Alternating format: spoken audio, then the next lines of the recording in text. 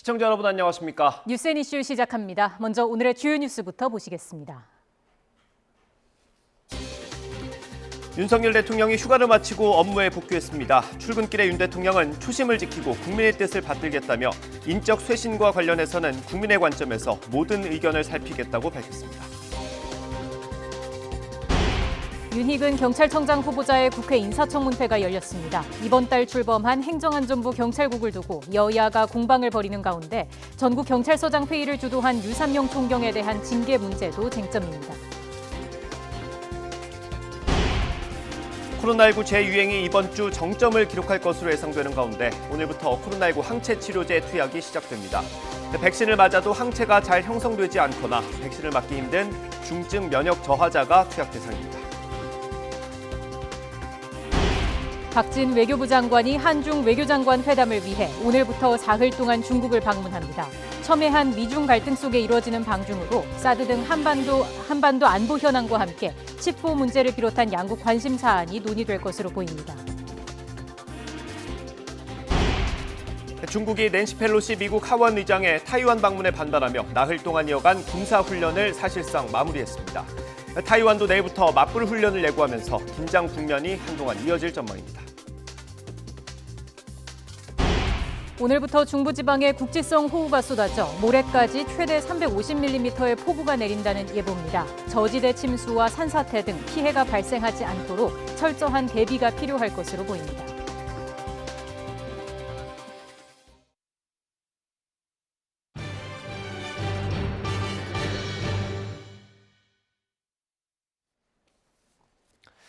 내일까지 수도권을 포함한 중부지방에 많은 비가 내리겠습니다. 경기도 북부 지역엔 시간당 80mm가 넘는 폭우가 쏟아지기도 했습니다. 북한에도 비가 많이 내릴 것으로 보여서 접경 지역 피해가 우려됩니다. 현장에 취재기자 나가 있습니다. 임성재 기자. 네, 경기 연천군 군남댐에 나와 있습니다. 네, 지금 비가 좀 소강 상태인 것 같은데 현장 상황 어떻습니까? 네, 이곳 군남댐은 오전부터 세찬 비가 이어지고 있습니다. 한때 시간당 85mm의 장대비가 내리기도 했는데요. 이 댐 주변으로는 주민들에게 안전에 만전을 기해달라는 경고 방송까지 나왔습니다. 현재 군남댐은 숨은 13개를 모두 열고 수위를 조절하고 있는데요. 현재 군남댐의 수위는 오전 11시 기준 26m 수준으로 올랐습니다. 이 한계 수위인 40m에는 못 미치는 수준이지만 경기 북부 많은 지역에 호우경보가 발령된 상태여서 수위가 더 올라갈 가능성이 큽니다. 댐 상류인 임진강 필승교 수위는 1.2m 수준에서 3시간 만에 2.6m를 넘었습니다. 휴전선 인근 북한의 강수량도 변수입니다. 비가 내리는 정도에 따라 군남댐 수위에 직결되는 환강댐 방류 가능성이 있기 때문입니다. 현재 북한 황해도와 함경남 남부엔 모레까지 강하고 많은 비가 예보돼 있습니다. 내일까지 예상 강수량은 80에서 150mm로 많은 곳은 200mm 이상 쏟아질 전망입니다. 이에 따라 임진강, 한탄강, 북한강 등 상류가 북한인 강에선 혹시물을 범람해 대비해야 합니다. 이곳 경기 북부 지역뿐 아니라 서울과 경기 남부에는 호우주의보가, 강원 영서 북부엔 호우특보가 발령된 상태입니다. 내일까지 100에서 300mm, 많은 곳은 350mm 이상 비가 내릴 것으로 전망됩니다. 행정안전부는 오늘 아침 7시 반을 기해 호우 위기경보 수준을 주의로 격상하고 중대본 1단계를 가동했습니다. 기상청은 하천변 산책로나 지하차도 등을 이용하다 고립될 우려가 있다며 특히 유의해야 한다고 당부했습니다. 지금까지 경기 연천군 군남댐 앞에서 YTN 임성재입니다. 네, 최근 집중호우가 잦아지면서 도로가 물에 잠기는 일이 빈번하고 빗길 교통사고도 늘고 있습니다. 장마철에 운전할 때 조심해야 할 것들을 정리했습니다. 이윤재 기자입니다. 승합차 배기구조차 보이지 않을 만큼 물이 들어찬 지하차도, 느린 속도로 겨우 빠져나갑니다. 도로 흔적도 보이지 않을 정도로 들어찬 빗물 사이로 겨우 지나가는 SUV, 전조등에 물이 닿을 듯합니다. 장마철 집중호우에 도로가 물에 잠기는 일이 반복하면서 나타난 모습입니다. 이렇게 폭우가 내릴 때는 차를 타고 나가지 않는 게 가장 안전합니다. 어쩔 수 없이 운전해야 할 상황이라면 먼저 주변에 다른 차를 보고 수위를 살펴야 합니다. 바퀴가 반 이상 물에 잠기면 다른 길을 찾는 게 위험을 피하는 방법입니다. 갑자기 차에 물이 차오를 때는 멈추지 말고 천천히 계속 움직여 빠져나가는 게 좋습니다. 주행 중 도로 침수를 만났을 경우 침수 부위가 자동차의 범퍼 혹은 타이어의 3분의 2 정도 물이 잠겼을 경우에는 가급적 건너가지 마시고 우회를 하시는 게 좋을 거고요. 비가 쏟아지면 사고도 잦아집니다. 최근 5년 사이 통계를 보면 빗길 교통사고는 집중호우가 잦은 7, 8월에 많이 발생했습니다. 맑은 날엔 밤보다 낮에 사고가 많았지만 비가 오는 날에는 오히려 밤에 더 많이 사고가 일어났습니다. 특히 교통사고 100건당 사망자 수를 나타내는 사고 치사율은 빗길의 경우 2.1명으로 맑은 날보다 1.4배나 높습니다. 빗길에서 서행, 안전거리 확보가 무엇보다 중요한 이유입니다. 타이어와 노면이 물막이 생겨가지고 형성이 되어서 자동차가 미끄러질 가능성이 매우 높습니다. 그래서 운전자는 빗길 주행 시에 차량 간 제한 속도를 20에서 50% 정도 낮춰서 주행을 해주시고요. 차량 간 안전거리를 2배 이상 확보하여 또 빗길에 나서기 전에 타이어나 와이퍼 등을 미리 점검하고 운행 중에는 전조등을 켜 다른 운전자에게 내 차의 위치를 알리는 것도 사고 예방에 도움이 됩니다. YTN 이윤재입니다. 윤석열 대통령이 휴가를 마치고 거의 2주 만에 출근길에 기자들과 만났습니다. 이 자리에서 윤 대통령은 초심을 살피면서 국민 뜻을 받들겠다고 말했습니다. 경질설이 불거진 박순애 사회부총리 등 인적 쇄신에 대해선 국민 관점에서 점검하겠다고 밝혔습니다. 사실상 사퇴에 무게를 둔 것으로 해석됩니다. 취재기자 연결합니다. 박소정 기자. 네, 용산 대통령실입니다. 네, 거의 2주 만에 재개된 약식 회견인데 휴가 복귀 소감부터 밝혔죠. 그렇습니다. 지지율이 20%대로 내려앉은 상황에서 휴가를 마치고 복귀한 윤 대통령 표정은 그리 밝지만은 않았습니다. 차분하면서도 긴장감이 감돌았는데 여느 약식 회견 때와 달리 준비해온 소감을 먼저 꺼냈습니다. 휴가 동안 지난 선거 과정과 인수위, 취임 이후까지 시간을 되돌아봤다면서 호된 비판과 따뜻한 격려로 이 자리까지 오게 해준 국민께 감사한 마음을 갖게 됐다. 이렇게 말했습니다. 국민이라는 단어를 7차례나 썼는데요. 그러면서 늘 초심을 지키겠다고 강조했는데 직접 들어보시죠. 결국 제가 국민들께 해야 할 일은 국민들의 뜻을 세심하게 살피고 늘 초심을 지키면서 국민의 뜻을 잘 받드는 것이다 하는 그런 생각을 휴가 기간 중에 더욱 좀 다지게 됐다고나 할까요? 네, 이어서 최근 만호세 입학과 외고 폐지 발언 등으로 논란의 중심에 놓인 박순애 사회부총리 겸 교육부 장관에 대한 질문이 나왔습니다. 앞서 오늘 아침 대통령실 핵심 관계자는 YTN과 통화에서 박 부총리의 오늘 사퇴 가능성에 대해 배제할 수 없다고 언급을 했는데요. 인적 쇄신에 대한 물음에 윤 대통령은 이같이 답했습니다. 모든 어떤 국정 동력이라는 게 다 국민들로부터 나오는 거 아니겠습니까? 국민들의 관점에서 모든 문제를 다시 점검하고 잘 살피겠습니다. 그리고 국민의 관점에서 다시 점검하겠다. 이런 언급이 주목됩니다. 또 윤 대통령은 필요한 조치가 있으면 하겠다라고도 덧붙였는데요. 박 부총리의 사퇴에 무게를 둔 발언으로 풀이되는데 사실상 경질 수순이라는 게 대통령실 안팎의 해석입니다. 박순애 부총리가 사퇴한다면 윤석열 정부에서 임명된 국무위원으로는 첫 낙마가 됩니다. 윤 대통령은 또 민주주의 국정 운영은 언론과 함께하지 않으면 할 수 없는 일이라며 많이 도와주십사 부탁한다고도 덧붙였습니다. 오늘 약식 회견은 기존의 일자 라인에서 변화를 줘서 V자 형태로 만들어서 기자들이 대통령을 약간 둘러싼 형태로 진행이 됐는데요. 질문을 하는 기자들이 많이 보이도록 해서 소통하는 모습을 강조하려고 했다는 게 대통령실의 설명입니다. 다만 대통령실의 참모 교체에는 윤 대통령은 여전히 부정적입니다. 대신 민생 문제 해결에 박차를 가하는 것에 중점을 두고 국정을 이끌겠다는 구상을 하고 있습니다. 또 앞으로 광복절 특별사면 명단 확정, 광복절 경축사, 취임 100일 행사 등 여러 계기가 있는데 이를 통해서 국정 방향을 드러낼 텐데 어떤 모습이 나타날지 하나하나에 관심이 쏠립니다. 지금까지 용산 대통령실에서 YTN 박소정입니다. 더불어민주당 박홍근 원내대표는 휴가에서 복귀한 윤석열 대통령을 향해 이미 식물장관, 투명 강요로 전락한 박순애 사회부총리 겸 교육부 장관의 사퇴 정도로는 돌파할 수 없다고 비판했습니다. 박 원내대표는 국회에서 열린 비대위 회의에서 비상 상황을 대수롭지 않게 여기며 민생 행보를 강화하고 더 낮은 자세로 국민 뜻을 받들겠다는 하나만한 원론적인 대응으로는 무책임만 키울 뿐이라며 이같이 말했습니다. 네, 윤석열 대통령의 약식 회견을 두고 여야 반응은 엇갈렸습니다. 초심과 국민 관점을 강조한 윤 대통령의 발언에 여당인 국민의힘은 적절한 발언이었다고 옹호한 반면 야당은 대통령실의 인적 쇄신을 거듭 촉구했습니다. 국회 취재기자 연결해서 자세히 알아보겠습니다. 엄윤주 기자.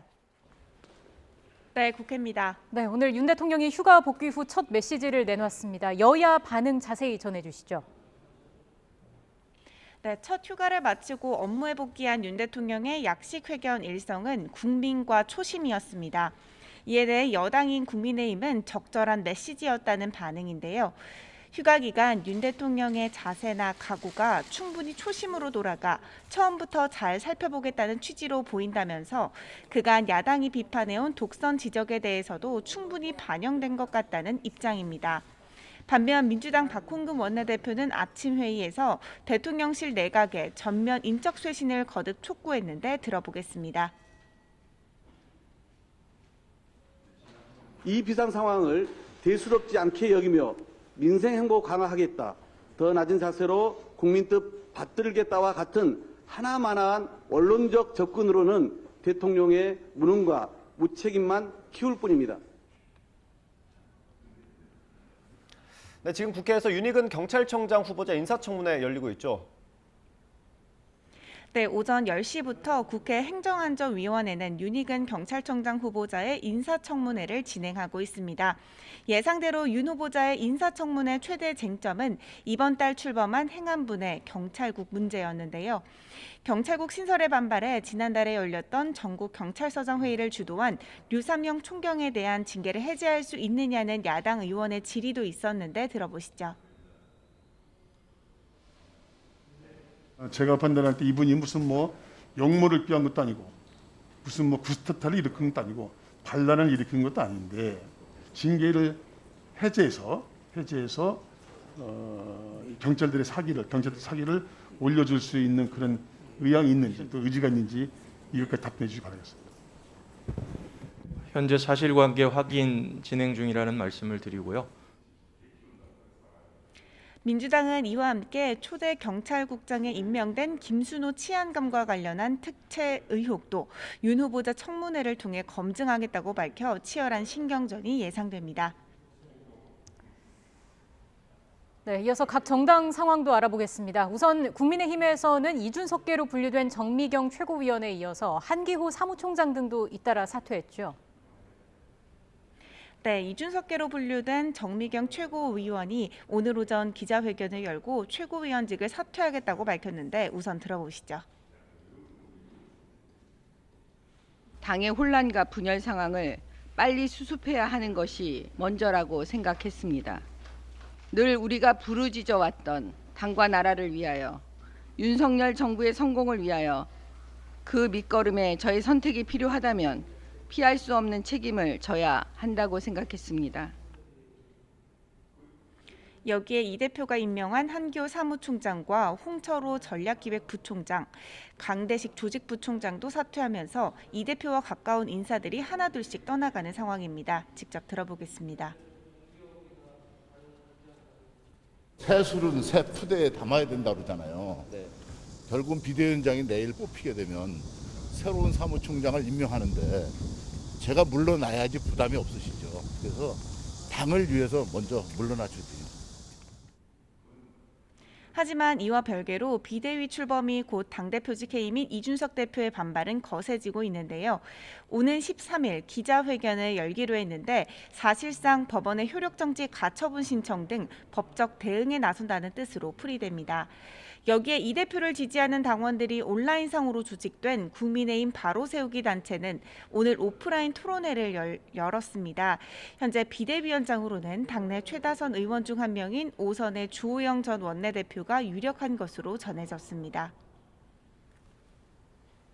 네, 마지막으로 민주당 상황도 좀 정리를 해주시죠. 네, 민주당은 주말 동안 전국 순회 경선을 치르는 등 전당대회가 한창입니다. 초반부터 압승을 거둔 이재명 의원은 어대명을 넘어 확실히 대표는 이재명, 이른바 확대명으로 독주 체제를 굳히는 분위기입니다. 하지만 당직자 기소 시 직무 정지를 규정한 당원 80조 개정 논의 착수를 두고 당내 논쟁이 심화하고 있는데요.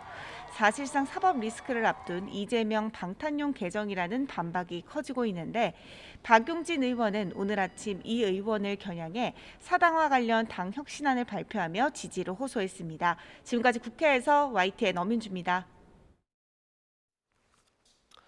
네, 코로나19 신규 확진자가 월요일 기준으로 17주 만에 최다를 기록했습니다. 이번 재유행은 이르면 이번 주 정점을 기록할 것으로 보입니다. 사회 2부 연결합니다. 김연아 기자. 네, 사회 2부입니다. 네, 확진자 현황 정리해 주시죠. 오늘 0시 기준 코로나19 신규 확진자는 55,292명입니다. 휴일 검사 건수 감소로 전날보다는 크게 감소한 수치입니다. 전주 대비 만여 명 정도 늘어났는데 월요일 발표 기준으로 17주 만에 최다를 기록했습니다. 재원 중 위중증 환자는 27명 늘어난 324명으로 83일 만에 최다를 기록했습니다. 이에 따라 중환자실 병상 가동률 역시 40.3%로 109일 만에 가장 높아졌고 재택치료자는 60만 명에 육박했습니다. 신규 사망자는 29명으로 치명률은 0.12% 유지하고 있습니다. 방역당국은 이르면 이번 주 코로나19 재유행 정점이 올 것으로 보고 있는데요. 다만 위중증과 사망 피해는 확진자 추이와 1, 2주 정도 시차가 있어서 이달 말까지는 계속 늘어날 전망입니다. 위중증 피해를 줄이기 위해 방역당국은 의료기관에 먹는 약 처방뿐 아니라 렘데시비르 주사제 투약도 적극 당부했고 오늘부터는 코로나19 항체치료제 이부실드의 투약도 시작됩니다. 이부실드는 주사로 몸에 직접 항체를 주입해 면역 효과를 주는 치료제로 치료제이긴 하지만 팍스로비드가 감염자를 치료하는 것과는 달리 비감염자에게 주사해 중증화를 막는 예방 목적 치료제입니다. 기존 백신이 잘 듣지 않거나 백신을 맞기 힘든 면역 저하자들이 투약 대상으로 말씀드린 대로 코로나19 감염 이력이 없어야 맞을 수 있고 감염 예방 효과는 최소 6개월간 지속하는 것으로 알려졌습니다. 지금까지 사회 2부에서 YTN 김연아입니다. 추경호 경제부총리가 추석 민생안정대책과 함께 국민 주거안정 실현 방안을 이번 주에 발표하겠다고 밝혔습니다. 또 조선업 등 일부 산업 현장의 구인난을 해결하기 위해서 외국 인력 도입을 서두르겠다고 덧붙였습니다. 오늘 비상경제장관회의 발언 내용 잠시 들어보겠습니다. 물가 등 민생 대책을 속도감 있게 이행하고 추석 민생 안정 대책과 국민 주거 안정 실현 방안 등 추가 대책도 금주 중 발표토록 하겠습니다. 일부 산업 현장에서는 구인난을 고수하고 있습니다.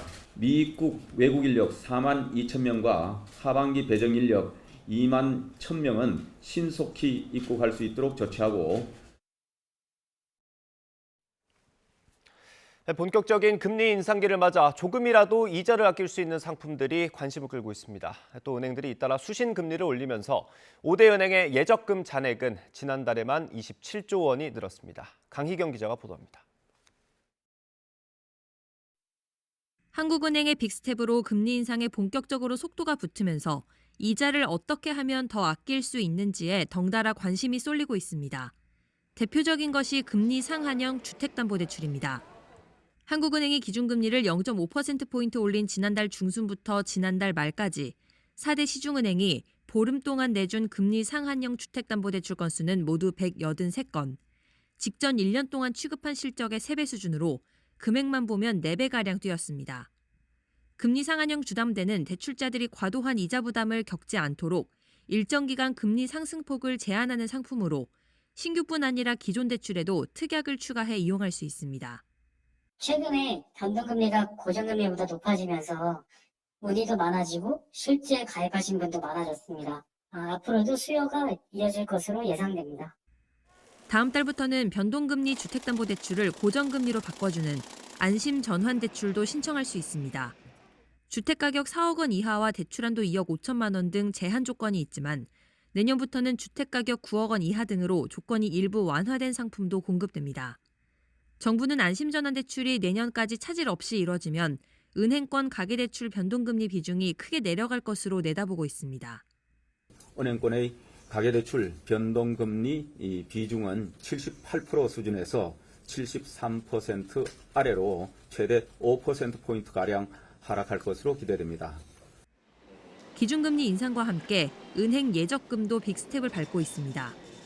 5대 은행의 지난달 말 정기 예적금 잔액은 749조 8천억여 원으로 한 달 만에 27조 원 넘게 늘었습니다. 6월 전체 증가분의 4배가 넘는 수준입니다.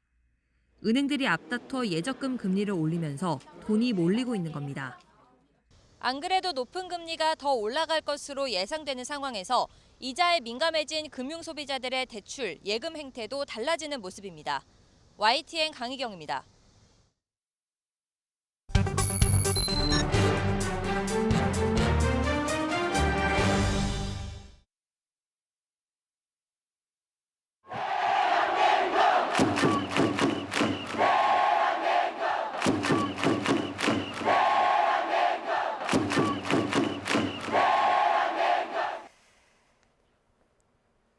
네, 정말 오랜만에 보는 화면입니다. 이 자리에 있었거나 이 모습을 추억하신다면 최소 30대이시겠죠. 2002년 월드컵 때 광화문 광장입니다. 모두 붉은색 옷을 입고 수십만 명의 환호성이 퍼졌던 그 기억이 있습니다. 그때 우리 기억에 광화문은 행복한 곳이었습니다. 물론 늘 웃음만 있었던 건 아닙니다. 2008년 쇠고기 수입에 반대하는 집회가 있었고 2011년에는 대학생들이 모여서 반값 등록금을 외치기도 했습니다. 6년 전에는 박근혜 대통령의 탄핵을 촉구하는 촛불이 타올랐습니다. 넓은 공간 그 이상의 의미가 있는 곳입니다.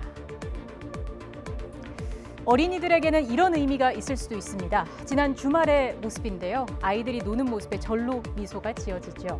광화문 광장이 새 단장을 마치고 문을 열었습니다. 훨씬 넓어져서 평가는 좋은데 논란이 하나 생겼습니다.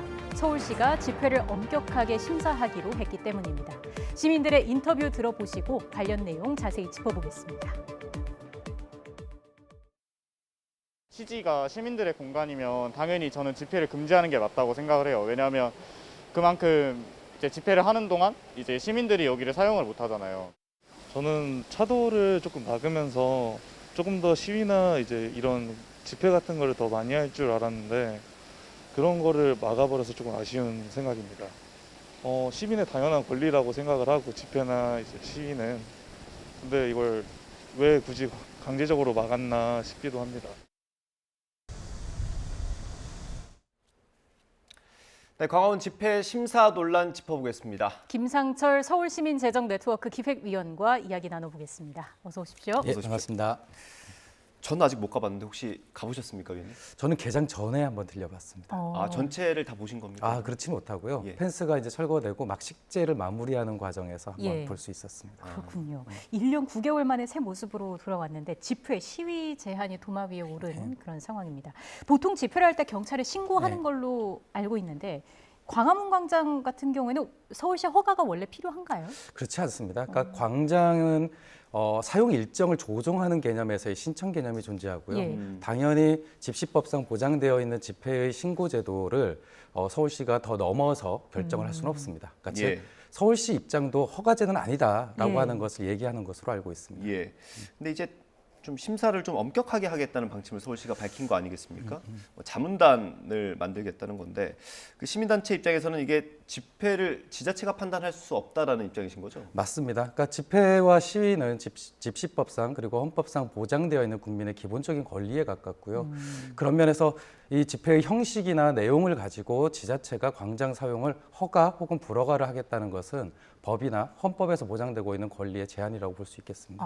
그러니까 시간이나 장소, 방법 이런 거는 개최자가 자유롭게 정할 수 있는 것이다. 네, 맞습니다. 라는 거고요. 자문단 구성은 좀 어떻게 보세요? 거기에도 문제가 있다고 보십니까? 사실은 이 자문단 구성과 관련돼서는 서울시가 지난 7월부터 각 부서에 이제 그 실시 공문을 통해 갖고 각 부서 추천을 받아서 13명 정도로 구성되는 걸로 알고 있습니다. 예. 그런데 지난주에 서울시 대변인의 발표 자료에 따르면 현재 구성되어 있는 인원은 5명 정도. 그러니까 지금 논란이 되고 있는 여러 가지 결정 사항이 과반 이상의 위원 참석도 되지 않았고 또 이 자문단이라고 하는 모호한 성격 때문에 좀 논란이 될 것 같습니다. 예. 그 오세훈 시장이 언론 인터뷰를 통해서 좀 반발이 있으니까 입장을 좀 밝혔습니다. 신청 명목과 실질이 다를 때 규제를 하겠다 이런 취지라는 거예요. 문화재로 신청을 하고 이제 정치적 메시지를 내는 것에 대해서 문제 제기를 한 건데 그 부분에 대해서는 어떻게 보세요? 사실 이제 문화재라고 하는 것이 그 집회의 한 형식입니다. 그러니까 사회적 메시지를 내기 위해서 문화적 수단을 활용하는 방식인 거거든요. 그러니까 근데 거기에 대해서 의도를 파악하겠다라고 하는 것 자체가 예. 사용 신청자의 소속이나 내지는 전력이나 이런 걸 가지고 사전에 맡겠다가 즉 사전에 이것을 규제하겠다. 이렇게 볼 수밖에 없는 부분이 있습니다. 이게 전력을 보고 판단을 하겠다는 거예요. 왜냐하면 실제 기획안 가지고는 이 내용을 판단할 수가 그렇죠. 없거든요. 그러니까 이 단체가 과거에 했던 것이 무엇이냐 이런 것들이 이 판단의 중요한 근거가 될 수밖에 없는 상황이죠. 예. 그렇게 되면 이건 검열이 될 수밖에 없습니다. 예. 네. 이 문화재와 집회 사실 구분하는 거 쉽지 않죠. 맞죠. 요즘에는. 그렇죠. 거의 뭐 같은 행사라고 볼 수 있지 않습니까? 맞습니다. 그러니까 문화재라고 하는 것은 말씀드렸듯이 준비되어 있는 문화 행사를 사회적 메시지에 넣어서 하는 행태를 얘기하고요. 예. 집회라고 하는 것은 그 개최 장소를 좀 벗어나서 행진 혹은 구호 등을 외치면서 자기 주장하는 바를 사회적으로 이렇게 이야기하는 그런 행위라고 볼 수 있습니다. 그러니까 형식이 다른 것뿐이지 실제 그것의 목적을 가지고 구분하기는 굉장히 어렵습니다. 예. 저희가 오늘 이 인터뷰 준비하면서 찾아봤는데 2년 전에 비슷한 기구가 있었더라고요. 광화문 광장 운영 시민위원회라고 하던데 이거 어떤 기구입니까? 사실 이제 저도 위원으로 예. 위촉을 해서 참여했던 기구인데요. 그러니까 원래 서울시의 광장을 관리하는 것은 열린광장 시민위원회라고 하는 좀 통합적인 기구가 있습니다. 예. 근데 이제 광장의 특수성을 고려하기 위해서 2년 전에 광화문 광장 운영 시민위원회를 구성을 했던 거고요. 네. 제가 위원으로 참여하면서는 이제 운영 세칙도 결정했고 예. 그 해 용역이 되었었던 소음 규제와 관련된 연구 용역 결과를 브리핑을 받기도 했습니다. 근데 이게 벼랑간 운영이 안 되더라고요. 예. 예. 그리고 이제 자문단 얘기를 듣게 됐습니다. 운영이 안 된 이유가 있습니까? 사실은 그 당시 구성 자체가 이제 주민들도 있었고 법률 전문가도 있었고 예. 뭐 교통이나 내지 이런 전문가들도 있었지만 저를 포함한 이제 시민단체 전문가들도 있었습니다. 그러니까 즉 의견의 쟁점이 되는 부분은 조금 더 시간을 갖고 토론을 해서 결정하자라고 하는 이야기가 많았고요. 예. 아마 서울시가 생각하는 속도에는 좀 못 맞춰줬던 게 아닌가. 그러니까 좀 답답해 보였나 이런 생각을 하고 있습니다.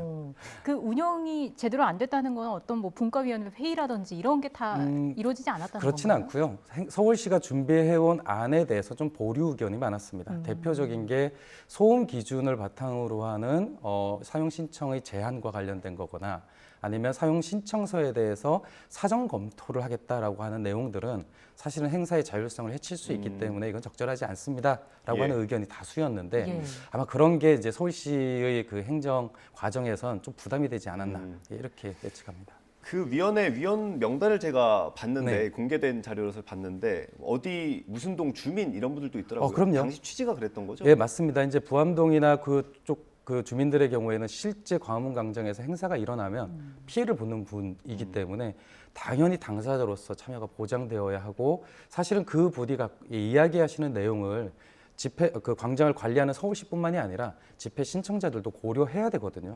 이제 그런 부분에서 구성이 굉장히 다양했다라고 볼 수 있습니다. 그렇군요. 이번 사안을 놓고 사실 찬반 목소리가 좀 엇갈리고 있는 게 또 사실인 것 같습니다. 앞서 저희가 제가 소개해드렸던 영상도 있었고요. 광장에서 아이들이 재밌게 놀고 있는 모습도 있었는데 그러다 보니까 좀 지금 조용하고 어떤 안전한 광장을 원하는 시민들도 계시거든요. 이런 부분에 대해서는 어떻게 생각하세요? 당연히 그것은 제 조화의 문제라고 생각을 합니다. 예. 그러니까 앞서서 영상을 보셔서 아시겠지만 이제 뭐 그 붉은 악마 응원이랄지 아니면 뭐 소고기 집회랄지 이런 것들은 사실은 그것이 기획되고 뭔가 의도를 갖고가 아니라 사회적인 맥락과 분위기에 따라서 우발적으로 만들어지는 요소에 가깝거든요. 근데 이제 그런 것들을 사전에 제한하기는 굉장히 힘들겠죠. 네. 그러니까 정원성을 갖고 주민들이 휴식을 즐기는 광장도 있을 수 있지만 어떤 사회적 목소리를 모여서 낼 수 있는 광장의 기능도 분명히 존재합니다. 그러니까 즉 조화의 문제이지 어떤 것이 더 우선해야 된다라고 하는 그런 문제는 아니다. 이 전제에서 좀 이 이야기를 시작을 했으면 좋겠습니다. 그러면 그 조화를 위해서 그 다른 곳에서 하는 것보다 광화문 광장에서 할 때는 소음 기준을 조금 더 엄격하게 하거나 좀 모일 수 있는 사람을 조금 더 적게 하거나 그렇게 하는 건 좀 어떻습니까? 사실은 이제 집회의 참여자 수를 제한하는 것은 조금 모순적이긴 해요. 왜냐하면 우리 목소리에 동의하는 사람이 이만큼이나 있다라고 하는 것을 과시하기 위해서 사실은 대중 집회를 하는 것이기 때문에 그래서 오히려 제가 좀 제안을 드리고 싶은 것은 소음 규제까지 포함해서 사후 평가 방식을 조금 더 했으면 좋겠다는 겁니다. 그러니까 지금은 시설물 기준으로 해서 소음 규제나 기준을 만들겠다라고 하는 거지만 그렇지 않고 행사를 하는 과정에 시민들이 직접 평가를 하고 사후에 소음 측정 결과를 공개함으로써 주최자뿐만이 아니라 시민들도 실제 이 행사가 어떤 영향을 미쳤는지를 좀 같이 넣자는 거죠. 여기에 더하면 행정에서 주도하는 사업도 같이 포함하자는 겁니다. 그러니까 이것을 굳이 집회 시위라고 한정할 게 아니라 광화문 광장을 이용하는 모든 행사에 대한 사후 관리 원칙을 수립하면 자연스럽게 그 과정에서 이 문제들도 사회적 합의를 이룰 수 있다. 이게 제가 갖고 있는 생각입니다. 그런 부분을 조례로 하는 것. 좋죠. 그러니까 조례를 통해서 이 사후 평가와 관련된 기준을 마련하고 이런 것들을 해야 됩니다. 근데 이제 그런 것들을 하려면 그걸 논의하는 위원회부터 일단 좀 균형 있게 만들어져야 되겠죠. 현재 자문단은 그걸 하긴 좀 힘들 것 같습니다. 균형이 있어야 된다는 건 시민들의 목소리가 조금 더 반영된다. 맞습니다. 맞습니다. 그러니까 지금 이 위원회일 경우에는 이제 서울시의 위원회 정보 공개 시스템을 통해서 회의와 주요 회의록이 공개되어 있습니다. 근데 자문단의 경우에는 임의 기구이기 때문에 사실은 그런 법적 성격이 없거든요. 그러니까 기왕이면 공식적인 기구를 통해서 공개적이고 투명하게 그런 것들을 진행하면 좋겠다 이런 생각을 갖고 있습니다. 자문단은 균형 있게 구성을 하고 조화를 이룰 수 있는 방안을 찾아야 한다라고 말씀을 해주신 거고요. 지금 집회 제한도 제한이지만 사용료 인상 문제도 좀 도마 위에 오른 모습입니다. 이 부분에 대해서는 어떤 생각이 사실 이제 공공요금이라는 게 뭐 물가가 오르고 관리 비용이 오르면 그걸 반영하려고 하는 게 이제 또 행정기관의 속성이긴 한데요. 역시 아쉬운 건 오르냐 내리냐가 아니라 그걸 누가 어떻게 결정했느냐라고 하는 부분이 투명하지 않다는 거죠. 그러니까 광장이라는 것이 어쨌든 시민들의 공간이다라고 하는 걸 존중한다면 이 광장과 관련된 결정을 하는 시스템을 조금 더 개방적이고 민주적으로 한번 고민해봐야 될 것 같습니다. 마지막으로 저희가 뭐 영상으로 조금 정리해서 보여드리기도 했는데 광화문 광장이 가지는 의미가 좀 굉장히 복잡하죠. 특히 이제 아마 여러 가지 의미에도 불구하고 대한민국이라는 국가의 상징 광장으로서 광화문 광장의 위상을 부정하는 분은 거의 없을 겁니다. 이제 이 상징이라고 하는 건 굉장히 다양한 의미를 담을 수 있겠죠. 집회 시위가 가능하기도 하지만 도심 내에 이런 푸르른 정원 같은 광장이 있을 수도 있고요. 그리고 외국인들이 오면 반드시 들려야 되는 관광지로서의 기능도 있을 겁니다. 그러니까 즉 우리의 국가의 상징 광장이라는 그 상징을 좀 더 다채롭게 만들었으면 좋겠다. 이런 생각을 갖고 있습니다. 그동안 뭐 쉼터가 되기도 했고요. 공론의 장이 되기도 했는데 그쵸. 앞으로 그 공간에 대한 그 역할에 대한 논의가 계속 있어야 하지 않을까 싶습니다. 지금까지 김상철 서울시민재정네트워크 기획위원과 이야기 나눴습니다. 오늘 말씀 잘 들었습니다. 감사합니다.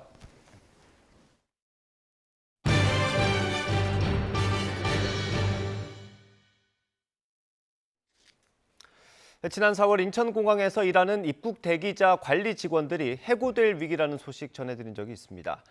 공항의 필수 인원인데도 실제 법무부는 기존 인원을 다 해고하고 규모를 3분의 1로 줄여서 넉 달짜리 임시직으로 채용했습니다. 쉽게 이해할 수 없는 일입니다. 어떻게 된 일인지 황윤태 기자가 취재했습니다. 지난 6월 법무부가 내놓은 구직 공고입니다. 인천공항 제1터미널 출국 대기실에서 입국이 거부된 승객들을 인계하고 호송하는 업무를 하는 공무직 직원을 뽑는다는 내용입니다. 규모는 기존 42명에서 15명으로 크게 줄였습니다. 근무 기간도 넉 달에 불과합니다. 결과적으로 기존에 근무하던 직원 13명이 선발됐고 나머지 29명은 이달 중순이면 직장을 잃게 됩니다. 설마가 사실이 될 줄 몰랐고 이 실감하는 것을 받아들이고 싶지 않습니다. 그래서 현재로서는 아직까지 없습니다. 법무부가 전례를 찾기 어려운 4개월 단기직 공개 채용을 낸 이유는 뭘까? 이 직원들은 원래 공항 하청업체 소속이었습니다.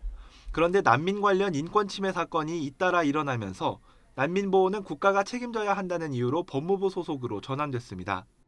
그러나 코로나 위기로 입국자들이 감소했다며 예산을 확 줄여 급한 대로 4개월 단기직 선발을 하게 된 겁니다. 기간이 너무 짧고 처우까지 나빠져 합격해도 찜찜한 상황입니다. 그래서 1년을 두고 뽑는 줄 알아 그랬더니 올 연말까지만 딱 예산 확보했다고 거기까지만 딱 잘라서 채용하고 내년에 또 다시 공개 채용을 한다면 조금 있으면 또 채용 공고를 또 내야 되는 상황이 벌어진 거지요. 항공사들도 당황스럽긴 마찬가지입니다. 인솔 시에 이 승객들이 대부분이 고분고분이 저희 항공사의 직원들의 얘기에 따라서 인솔에 따르지 않을 거라는 거죠. 게다가 공항 정상화 조치로 입국 대기자는 큰 폭으로 늘고 있습니다. 국제선 정상화 조치 이후 2달 동안 30배 넘게 늘어 하루 100명꼴로 새 입국 대기자가 생기고 있습니다. 사고도 이어지고 있습니다. 지난달 입국 대기자가 일반 승객과 시비가 붙어 폭행 사건이 일어나기도 했고 보안구역에 침입하는 사고가 이어지는 것으로 알려졌습니다. 법무부는 코로나로 인해 공항 이용객이 급감한 상황에서 예산을 배정받아 적은 인원을 공개 채용할 수밖에 없었다고 해명했습니다. 또 모든 입국 대기자들이 법 위반자는 아니라면서 호송 과정에서는 항공사와 긴밀히 협조하겠다고 밝혔습니다. 결국 코로나 위기로 공항이 사실상 문을 굳게 닫는 상황에서 예산을 받아 공항 정상화 이후 업무에 대비하고 있는 셈입니다. 출국 대기실 직원들은 다음 달 법무부를 상대로 해고무효 소송을 진행할 계획입니다. YTN 황윤태입니다. 올해 50인 이상 기업에서 발생한 사망사고의 44.2%는 최근 5년 사이 사망사고가 발생한 기업에서 또 발생한 걸로 조사됐습니다. 고용노동부는 올해 1월부터 7월 사이 중대재해가 발생한 50인 이상 기업 530개 사업장을 대상으로 산업안전보건점검을 실시한 결과 사망사고 138건 중 44.2%가 최근 5년 동안 사망사고가 발생한 기업에서 다시 발생했으며 사망사고 중 일부는 과거 사망사고의 직접 원인이 된 유해 위험 요인을 방치해 발생한 경우도 있었다고 밝혔습니다. 고용노동부는 또 중대재해가 발생한 50인 이상 기업의 중대재해법 위반율이 91.9%, 사업장 한 곳당 법 위반 건수가 5.4개에 달하는 등 안전보건 관리 수준이 일반 사업장보다 크게 취약한 것으로 나타났다고 설명했습니다. 오늘부터 중부지방은 호우 대비 철저히 해주셔야겠습니다. 현재 북쪽에서 강하게 발달한 정체전선이 남하하면서 경기 북부와 강원 북부를 중심으로 영향을 주고 있는데요. 이 지역에는 호우특보가 내려진 가운데 시간당 30에서 50mm의 국지성 호우가 쏟아지고 있습니다. 모레까지는 정체전선이 중부지방에 머무르면서 많은 비를 뿌릴 것으로 보이니까요. 대비 철저히 해주시기 바랍니다. 모레까지 경기 남부와 강원 남부, 충청 북부에 최고 350mm 이상, 그 밖에 수도권과 경북 북부 내륙에도 최고 300mm의 폭우가 쏟아지겠고요. 강원 동해안과 충청 남부에도 50에서 150mm의 많은 비가 내리겠습니다. 오늘 서해안과 강원 산간에는 바람도 무척 강하게 불겠고요. 남부지방은 오후 한때 기습적인 소나기가 지날 수 있겠습니다. 오늘 중부지방은 더위가 주춤하겠지만 남부지방은 찜통더위가 이어지겠습니다. 오늘 낮 기온 서울이 18도, 광주 32도, 대구는 35도까지 오르겠습니다. 중부지방의 호우는 다음 주 초반까지 이어지겠습니다. 저지대 침수와 산사태 등 호우 피해가 발생하지 않도록 각별히 주의해 주시기 바랍니다. 지금까지 날씨 정보였습니다. 80년대 인천, 부천 민주노동자회에서 활동했던 김순호 초대 경찰국장의 밀정 의혹을 제기한 YTN 보도에 대해 김 국장은 인노회가 노동운동 단체가 아닌 주사파 단체라는 식의 주장을 계속 펼쳤습니다. 그런데 취재진이 확인한 대법원의 최종 판단은 전혀 달랐습니다. 이준엽 기자가 보도합니다. 지난 1989년 치안본부 수사를 받은 뒤 후유증으로 1년 만에 숨진 고 최동 열사의 가족들이 절을 올립니다. 최동 열사가 활동했던 인천 부천 민주노동자회 동료들도 함께했습니다. 김순호 경찰국장의 밀정 의혹이 불거진 가운데 최동 열사의 32주기 추모식이 열렸습니다. 묘역에는 하얀 국화들이 놓였습니다. 노태우 정권 당시인 지난 1989년 인노회에서 활동하다가 돌연 잠적한 뒤 반년 만에 대공 특채 경찰관으로 나타난 김순호 초대 경찰국장의 과거 행적이 논란이 되고 있습니다. 김순호 국장을 인노회로 데려온 사람이 최동 열사였던 만큼 추모식 참석자들은 여전히 김 국장 과거 행적에 많은 의문을 품고 있습니다. 오빠는 어느 것도 얘기를 할 수가 없잖아요. 아무것도 얘기를 할 수 없는 사람인데 오빠한테 뭐 그만둔다는 이야기를 했다는 이야기를 왜 하는지. 그러니까 저는 정말 의아스러웠죠. 경찰이 밀정으로 활동한 것 아니냐는 YTN 보도 이후 김 국장은 취재진에게 노동운동이 아니라 주사파 운동을 하다가 자백한 것이라고 해명했습니다. 취재진이 인노회가 주사파라는 뜻이냐고 되묻자 인노회 사람들이 주사파였다는 취지의 주장을 계속 펼쳤습니다. 거듭된 질문에도 노동운동은 외관일 뿐 인노회가 반체제 이념을 가지고 활동했다는 뜻을 굽히지 않았습니다. 실제 박근혜 정부 때인 지난 2014년 인노회가 민주화 운동이라기보다는 이적단체라는 대법원 판결이 나오기도 했습니다. 그러나 2020년 재심을 통한 대법원의 판단은 정반대였습니다. 당시 신정길 회원에 대한 재심에서 대법원은 인노회가 이적단체가 아니라는 서울고등법원 판결을 확정했습니다. 회칙이나 유인물에서 일관되게 노동이나 자주, 민주, 통일 등 목적을 아주 상세히 밝히고 있었지만 북한에 동조하는 내용은 전혀 없었다고 판단했습니다. 실제 활동을 살펴봐도 친목 도모나 노동자 권익 향상, 오공비리 척결 등이어서 노동쟁의법 위반 같은 일부 불법은 있었지만 국가 존립 안전이나 자유민주적 기본 질서에 해악을 끼치지는 않는다고 봤습니다. 또 북한을 비롯한 반국가 단체와 연계됐는지도 기록상 찾아볼 수 없기에 국가보안법상 이적단체가 아니라고 결론지었습니다. 김 국장이 과거 행적에 대한 자신의 주장을 굽히지 않자 인노회와 성균관대 민주동문회, 강제징집 피해자 단체가 공동 대응에 나섰습니다. 89년 상황에 대한 진상규명과 김 국장의 인사 검증은 물론 윤석열 정부가 추진한 경찰국의 폐지를 촉구했습니다. 정부와 야당은 과거 치안본부 대공 분실이 자행한 뿌락지 활동의 전모를 밝혀 다시는 이와 같은 반인권적인 역사를 되풀이하지 않도록 조치하라. 오늘 경찰청장 인사청문회에 이어 행정안전부 업무보고까지 예고된 만큼 김순호 경찰국장의 수상한 행적에 대한 논란은 당분간 계속될 전망입니다. YTN 이준엽입니다.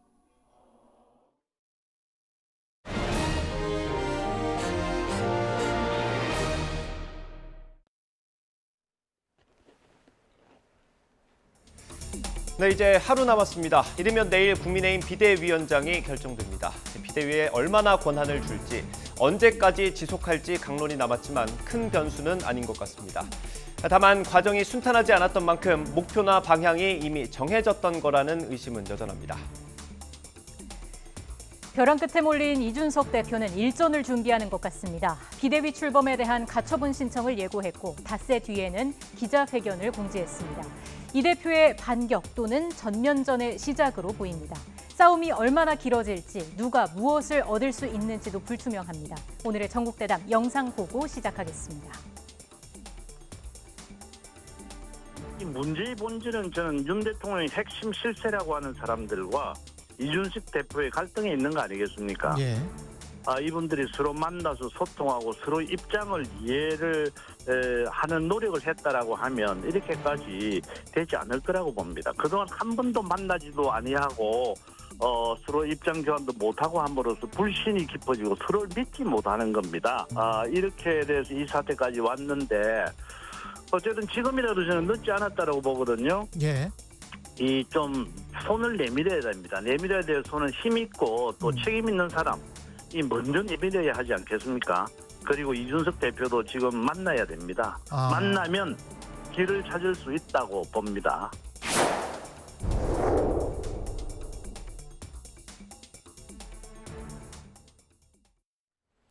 네, 본격적인 오늘의 정치권 이슈 짚어보겠습니다. 김병민 경희대 개원 교수, 서용주 더불어민주당 상근 부대변인과 함께합니다. 어서 오십시오. 안녕하세요. 네, 윤석열 대통령 오늘 휴가 마치고 복귀를 했습니다. 약식 회견 2주 만에, 거의 2주 만에 있었는데 오늘 그 내용부터 들어보겠습니다. 제가 국민들께 해야 할 일은 국민들의 뜻을 세심하게 살피고 늘 초심을 지키면서 국민의 뜻을 잘 받드는 것이다 하는 그런 생각을 휴가 기간 중에 더욱 좀 다지게 됐다고나 할까요? 그렇습니다. 박근혜 장관 네. 재산 얘기도 나오고 제주도 지금 20% 네. 하락세이신데 인적 쇄신 관련해서는 어떤 입장이신지 궁금합니다. 모든 어떤 국정 동력이라는 게 다 국민들로부터 나오는 거 아니겠습니까? 국민들의 관점에서 모든 문제를 다시 점검하고 잘 살피겠습니다. 그리고 뭐 그런 문제들도 이제 바로 이제 일이 시작이 되는데 올라가서 살펴보고 뭐 필요한 조치가 있으면 하고 이렇게 이제 일을 해 나가겠습니다. 혹시 내부 총리 인사에 대해서 한번 설명을 해주시면 어떠십니까?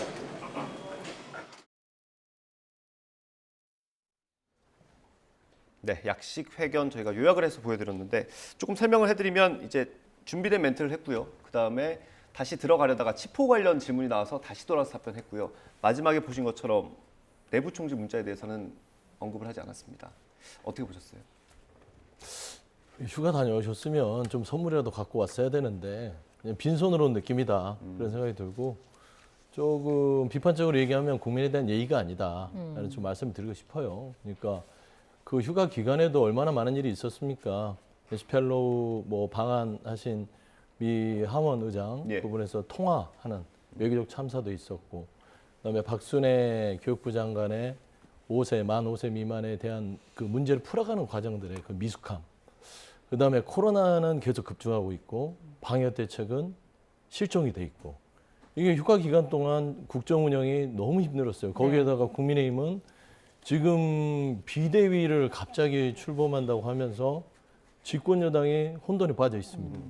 그러면 이 정도의 이 국정 난맥상이 드러났을 때는 최소한 그냥 말로 국민의 의견을 청취하겠다, 조금 더 초심으로 돌아가겠다 이런 정도보다는 제가 늘상 얘기했지만 대국민 사과에 준하는 사과 형식의 자리를 통해서 비전을 얘기하고 그다음에 인적 쇄신 부분들이 이거는 민주당에서 요구한 게 아니라 국민의 여론상에서 드러난 겁니다. 가장 큰 게 인적 문제, 인사 참사, 그다음에 이런 인명 문제, 그다음에 경제, 민생에 대한 무능함, 그다음에 좀 뭐 만 5세 미만의 정책에 대한 오락가락했던 이런 아마추어적인 국정 운영에 대해서 국민들이 국정 지지율이 20%까지 떨어진 거는 심각하게 받아들여야 되는데 조금은 심각하신 것 같은데 대책은 없다. 그래서 이런 부분에 있어서는 국민들이 이게 뭐지? 뭔가 좀 이렇게 좀 납득할 만한 첫날의 휴가 복귀와 도어스태핑은 아니었다라는 점에서 좀 많이 아쉽고요. 국민들은 이제 앞으로 어떻게 해야 될까 지금 걱정이 더 커질 것 같아요. 좀 그 정도 판단하고 싶습니다. 많이 아쉽다는 말씀해 주셨고요. 김 교수님은 어떻게 들으셨습니까? 비난을 위한 비난을 좀 자제해 줬으면 좋겠다 이런 말씀 먼저 드리고 싶고요. 윤석열 정부 들어서 새롭게 시작한 게 바로 이 도어스태핑, 출국기 약식 기자회견 아니겠습니까? 굉장히 국민과 긍정적인 여론이 형성돼 있을 때 좋은 얘기를 하는 건 누구나 할 수 있는 일이겠습니다만 이런 일들이 있을 때마다 대통령에 대한 부정평가가 극대화되고 굉장히 어려운 순간에 과연 대통령이 이런 기자들의 날카로운 질문 앞을 설 수 있겠는가라는 궁금증을 피력하시는 분들도 상당했습니다. 오늘이 아마 그처럼 굉장히 어려웠던 시기였을 텐데요. 윤석열 대통령 참모 뒤에 숨지 않고 기자들과의 소통 과정 속에서 휴가 동안 본인이 느꼈던 여론을 있는 그대로 얘기를 하고 또 지난날 보여줬던 도어스태핑에서 다소 격앙된 어조라든지 또 조금 일방적인 말투로 인해서 많은 비판을 받지도 않았습니까? 오늘 같은 날은 초심, 국민을 언급하면서 굉장히 좀 단정되고 또 차분한 어조로 앞으로 있게 되는 일들에서 국민 뜻을 최우선으로 살펴서 일하겠다라고 하는 의지를 피력했기 때문에 아마 지난날과 확실히 달라질 수 있을 것 같은 의지들을 윤석열 대통령이 언급했다 생각하고요. 빈손으로 돌아왔다 야당이 이렇게 얘기하지만 지난주부터 야당이 가장 거치게 비판했던 인물 한 명을 꼽으라면 박순애 교육부 장관 아니겠습니까? 박순애 교육부 장관 거치 문제에 대해서 국민 뜻을 살펴서 처리하겠다라고 언급을 하고 있는 만큼 아마 여기에 대해서 신속한 결단이 이루어질 것으로 생각합니다. 앞으로 지지율이 어떻게 될지 또 지켜봐야겠습니다만 오늘 지지율이 나왔는데 좀 좋지는 않더라고요. 저희 그래픽 준비가 되면 좀 보여주시겠습니까? 한국사회여론연구소에서 조사한 결과입니다. 여기서 봐야 될 거는 부정평가가 지금 70%를 넘었다는 거예요. 교수님, 뭐 위기가 계속 이어지고 있는 상황 아니겠습니까? 상당히 심각한 여론조사 지표죠. 지난주 나왔던 갤럽 여론조사 수치와 추세랑 거의 비슷합니다. 아마도 지난주에 있었던 박순애 교육부 장관의 초등학교 입학 연령 문제가 제일 큰 영향을 미쳤다고 생각을 합니다. 지지율이 이미 한 30% 밑으로 빠지기 시작하는 순간 많은 국민들께서 변화를 촉구하고 있는데 그 변화에 대한 촉구 과정에 응답하기보다 오히려 소통되거나 공론화되지 않았던 정책을 일방적으로 밀어붙였던 부분들이 부정평가에 가장 큰 영향을 미쳤다고 생각하고요. 이런 일들에 대한 분석들, 또 민심이 얼만큼 거센지에 대한 확인 과정들이 있었기 때문에 박순애 장관에 대한 거치 문제를 조금 더 빠르게 국민들 앞에 보여주려고 지금 준비하고 있는 게 아닌가 싶습니다. 예. 근데 또 부정평가를 보면요. 대체로 잘못했다, 매우 잘못했다 이렇게 좀 나누어서 그 평가가 나오잖아요. 보니까 매우 잘못했다가 62.6%로 대다수예요. 이게 생각이 좀 확실한 응답이 압도적이라는 점도 좀 의미를 부여해 볼 수 있을 것 같은데. 그게 지금 이제 그 문제인식을 윤석열 정부에서 잘 못하고 있다. 근데 문제 해결 능력이 결국에는 국정 운영의 능력이라고 보면 됩니다. 근데 이 해답을 내려면 뭘 잘해야 됩니까? 우리가 다 잘 알잖아요. 문제를 잘 읽어야 돼요. 본인이 읽고 싶은 대로 읽다 보면 답이 오답이 나올 경우가 많습니다. 그 문제를 자세히 들여다보고 이 문제가 뭐지? 라고 했을 때 정확한 해법을 제시하고 거기에 대해서 오답이 됐을 때 다시는 실수를 하지 않는 거 아니겠어요? 그런데 보면 윤석열 정부는 국어 능력이 떨어지는 것 같아요.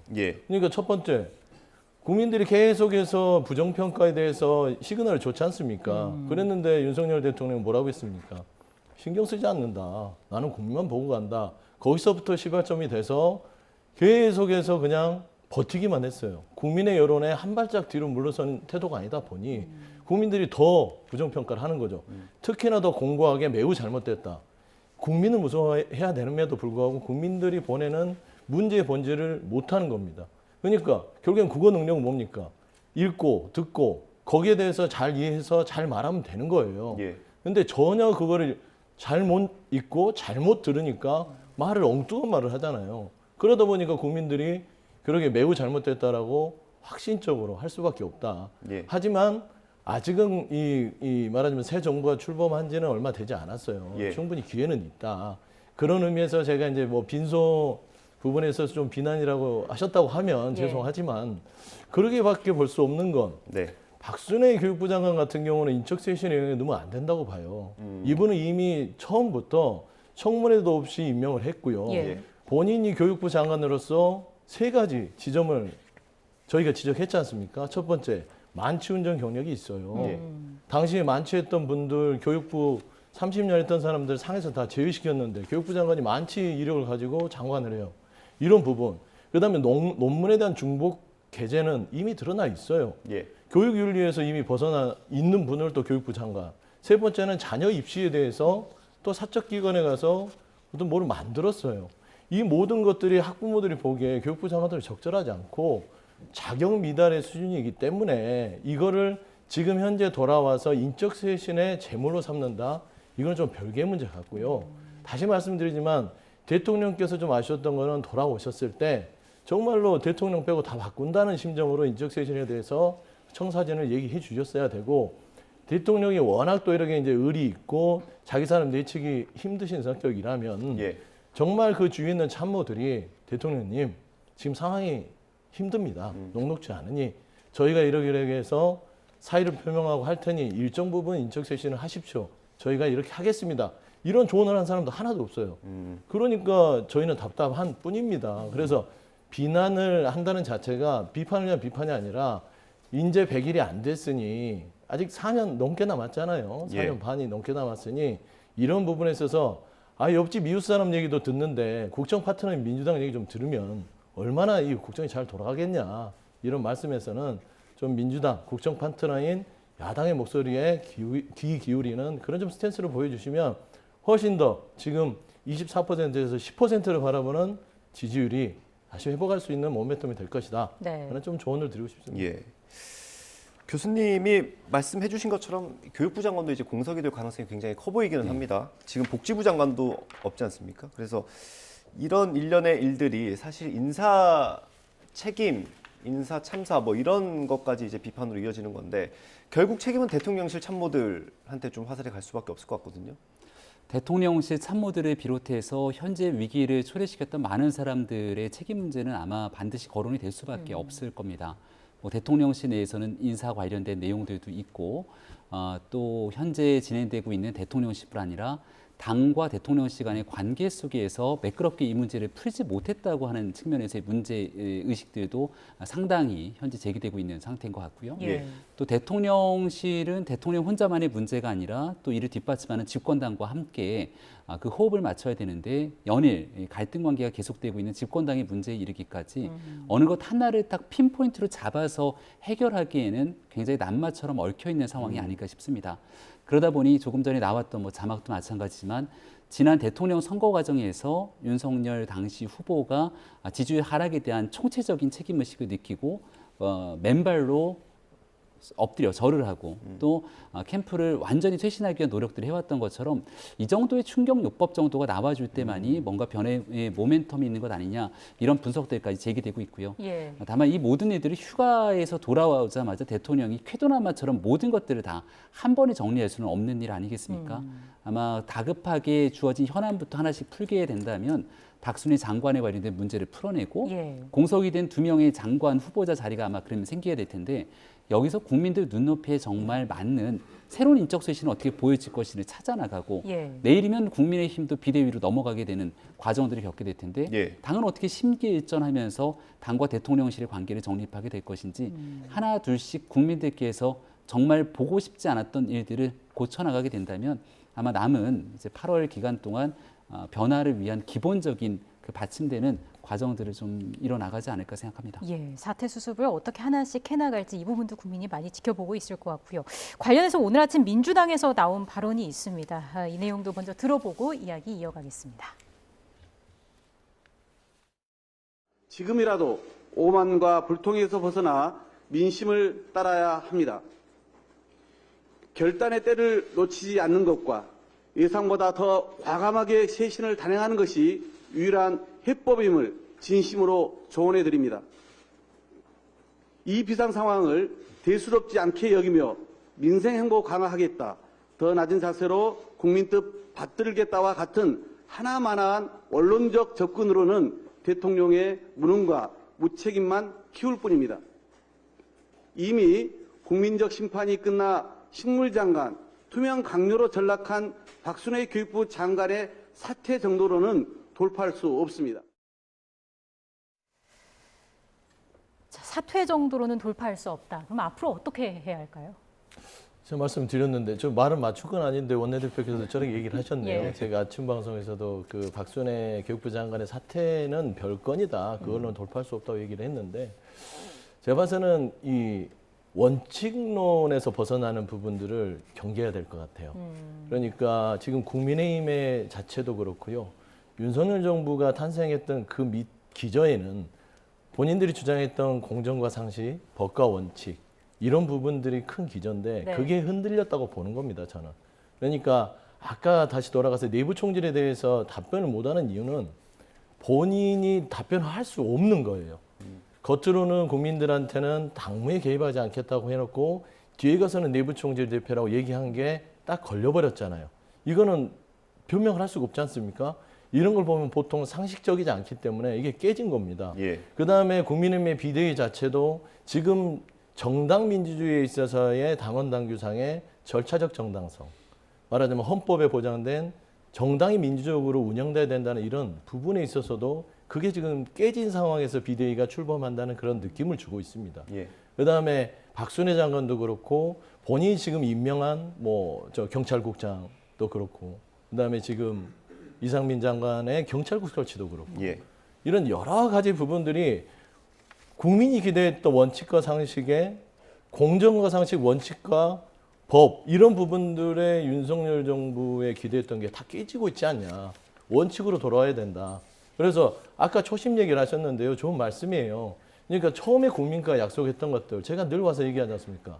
공정과 상식, 법과 원칙 그리고 통합과 협치 이 세 가지를 국민한테 약속을 했으면 그걸 실천을 해야죠. 그래서 아까 박홍 원내대표 말 중에도 저도 공감되는 건 말뿐으로 그냥 허울뿐인 말로만 끝나서는 이 비상 상황, 국정 지지율이 추락하는 상황을 막을 수 없다. 네. 그래서 초심, 원칙 그리고 국민께 약속했던 부분들을 실천을 통해서 보여주는 것이 원론적 얘기 같지만 예. 매우 지금 중요한 회복할 수 있는 포인트다라고 예. 좀 말씀드리고 싶습니다. 네, 이렇게 상황이 좀 안 좋은데 김건희 여사 리스크도 좀 계속되는 것 같습니다. 초반에 이제 행보가 좀 논란이 됐다가 이제 공개 일정을 좀 많이 줄이시는 것 같았는데 이번에 논문이 좀 논란이 되고 있습니다. 이거 어떻게 좀 해결할 수 있을까요? 김건희 여사 리스크를. 논문 표절 얘기는 이제 지난 대통령 선거 과정에서 민주당 진영에서는 윤석열 대통령의 배우자인 김건희 여사의 논문 표절 의혹들을 계속 제시를 했고요.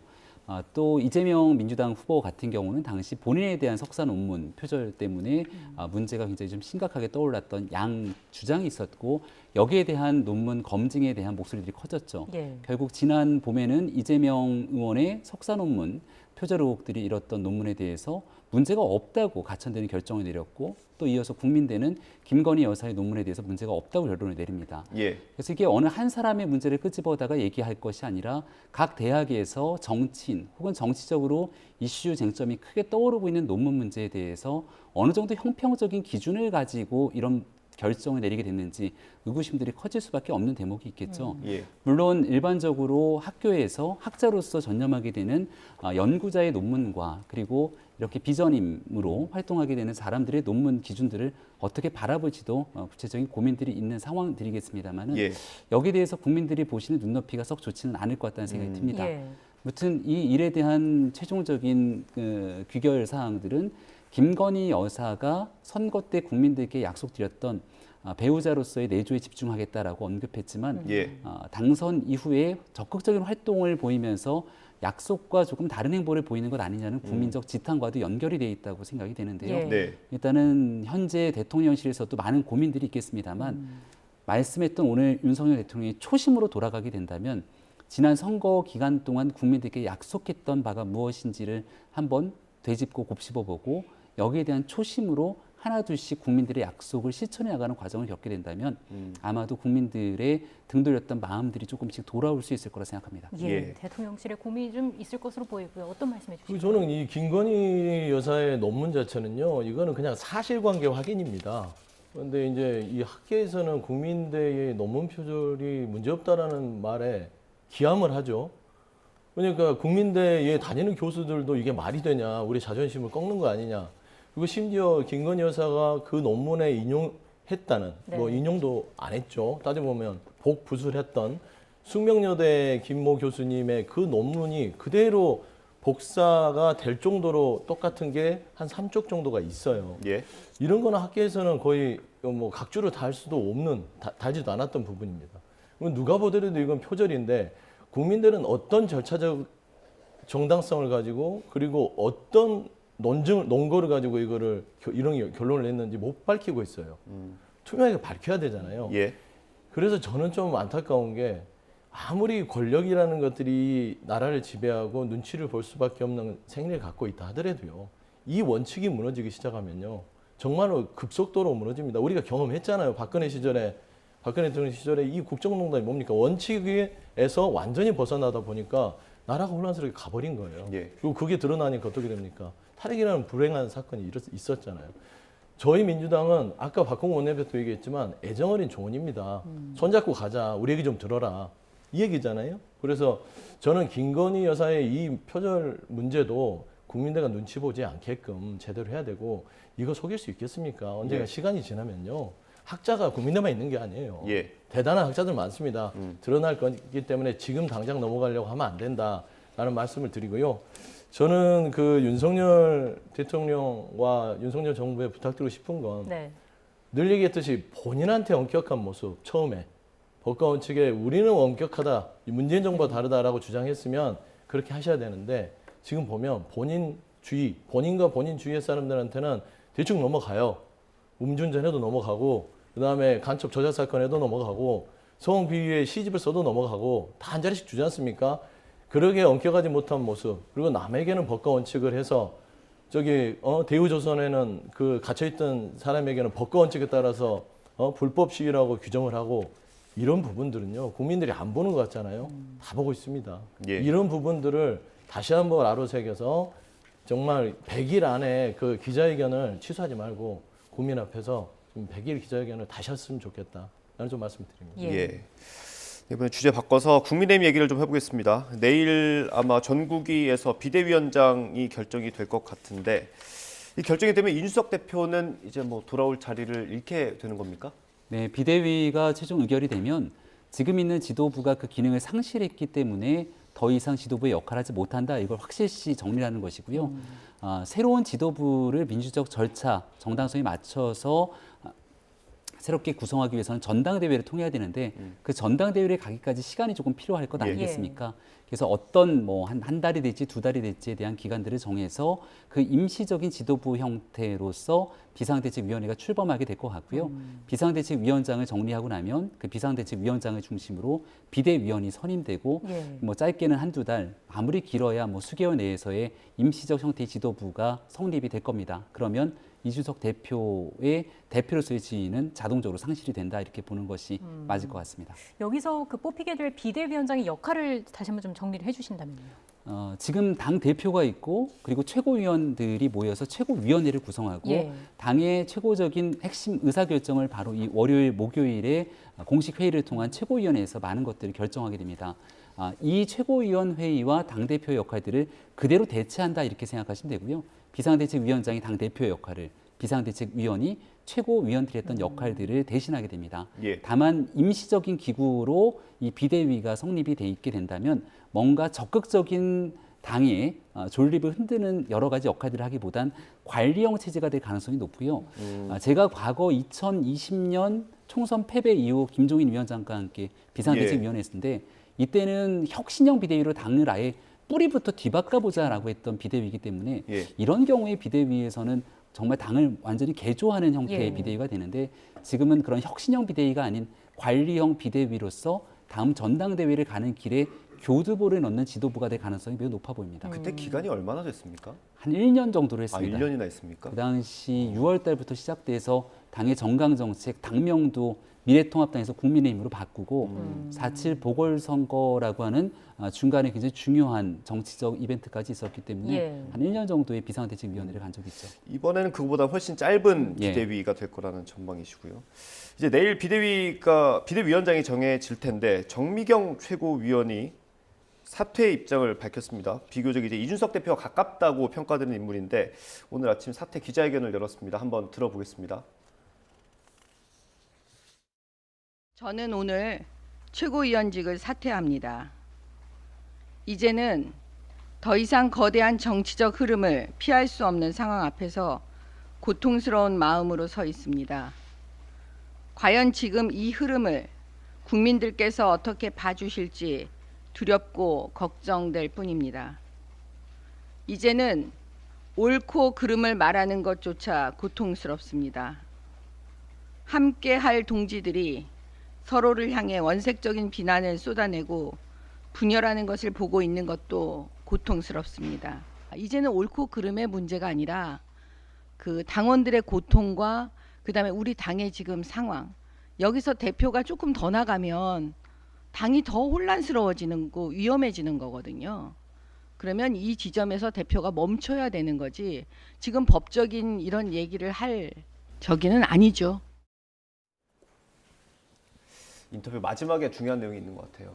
저 이유 때문이라면 이준석 대표는 조금 더 고립되는 걸로 볼 수 있습니까? 고립은 아니고요. 뭐 이제 내일 결정이 되면 비대위가 출범하면요, 자동적으로 최고위원들은 다 그 직위가 해제가 되는 거예요. 근데 이제 이 스피커를 먼저 잡고 얘기를 하는 것이겠죠. 사퇴 기자회견을 통해서 본인의 이제 입장을 하기 위해서 쓰는 카드 같은데요. 뭐 정미경 최고의 말은 이해는 되나 입장을 바꿔놓고 이준석 대표는 얼마나 억울하겠어요. 뭐 토사구팽 당해서 밖에 돌아다니면서 그런다고 해서 가만두질 않으니 얼마나 지금 속이 타겠습니까?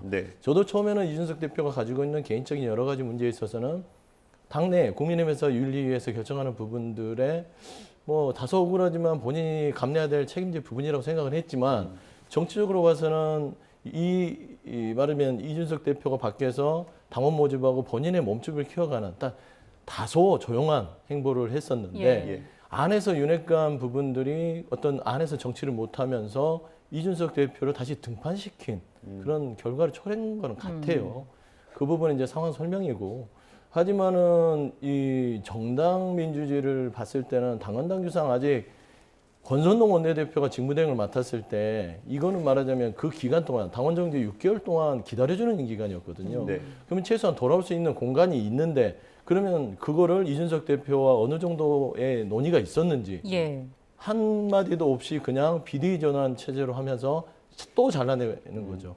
이런 걸 보통 2번 죽인다고 하거든요. 예. 그럼 2번 죽었을 때 이 사람이 어떤 감정이겠습니까? 그래서 저는 가처분 신청이 실제적으로는 쉽지 않을 것이다. 왜냐하면 13일로 잡았더라고요.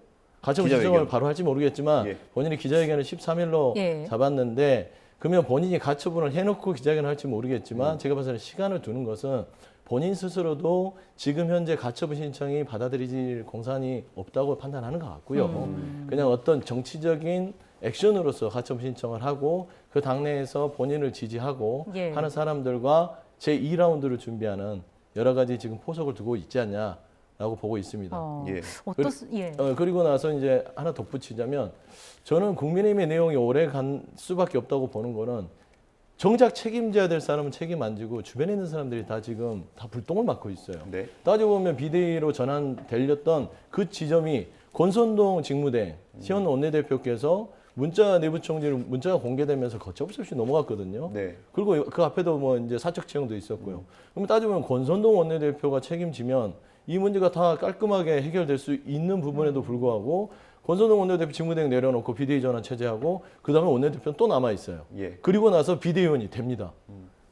본질적으로 뭐가 해결됐죠? 그럼 이준석 대표가 가만히 있을까요? 이거는 길어질 수밖에 없다. 결국에는 국민의힘의 내용을 빨리 이걸 마무리를 하려면 책임질 수 있는 사람, 권선동 원내대표께서 결단하는 게 가장 좋지 않을까라는 좀 조심스러운 조언을 드리고 싶습니다. 김 교수님 하고 싶은 말씀 많으실 것 같은데. 역대 어느 정당이건 당내에서의 정치적 상황으로 당대표가 제대로 된 위기들을 헤쳐나갈 리더십이 보이지 않게 됐을 경우에 최고위원회 사태를 통해서 그 지도부의 문을 닫고 또 새로운 지도부가 들어서게 됐던 것은 지금 현재 있는 국민의힘뿐 아니라 민주당을 비롯한 한국 현대정당들의 역사이기도 합니다. 다만 여기에 대해서 이준석 대표가 절차에 문제가 있다고 극한 반발을 하고 있는 상태고요. 본인 리더십에 대한 언급은 아니지 않습니까? 근데 그런 내용 속에서 절차적인 하자를 기준으로 삼아서 가처분 신청을 내게 되면 법원은 어떤 판단하겠는가에 대한 뉴스들이 이제 어제부터 쭉 나왔었는데요. 그러한 일들 때문인지 오늘 정미경 최고위원, 남은 2명의 최고위원 중에 1명이죠. 정미경 최고위원이 사퇴를 하고 오늘 조금 전에는 이준석 대표가 임명했던 한기호 사무총장도 그리고 그 부총장도 직을 스스로 내려놓게 됩니다. 말 그대로 이준석 대표와 정치적으로 함께 움직여 왔지만 지금 상황에서 한 걸음 더 나가서 법적 분쟁으로 당을 수렁에 빠뜨려서는 그 다음에 미래가 없다.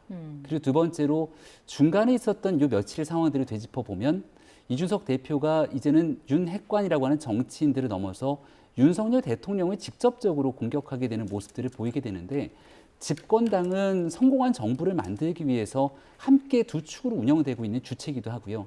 집권당의 대표가 현직 대통령을 대상으로 공개적인 비난하게 되는 모습들이 정치적으로도 상당한 부담으로 작용되지 않았을까 싶습니다. 지금은 내일 전국위원회가 아마 원만하게 진행이 될 가능성이 높은데요. 전국위원회를 통해서 비상대책위원회가 출범되더라도 이준석 대표뿐 아니라 이준석 대표와 함께 새롭게 젊은 정치를 또 갈구해야 했던 많은 당원들이 있는 만큼 새로운 비상대책위원장이 이런 사람들의 마음들을 어떻게 포용하면서 새롭게 당 혁신을 끌고 갈 것인지 이 부분에 대해서 좀 깊은 고민이 필요한 지점으로 보입니다.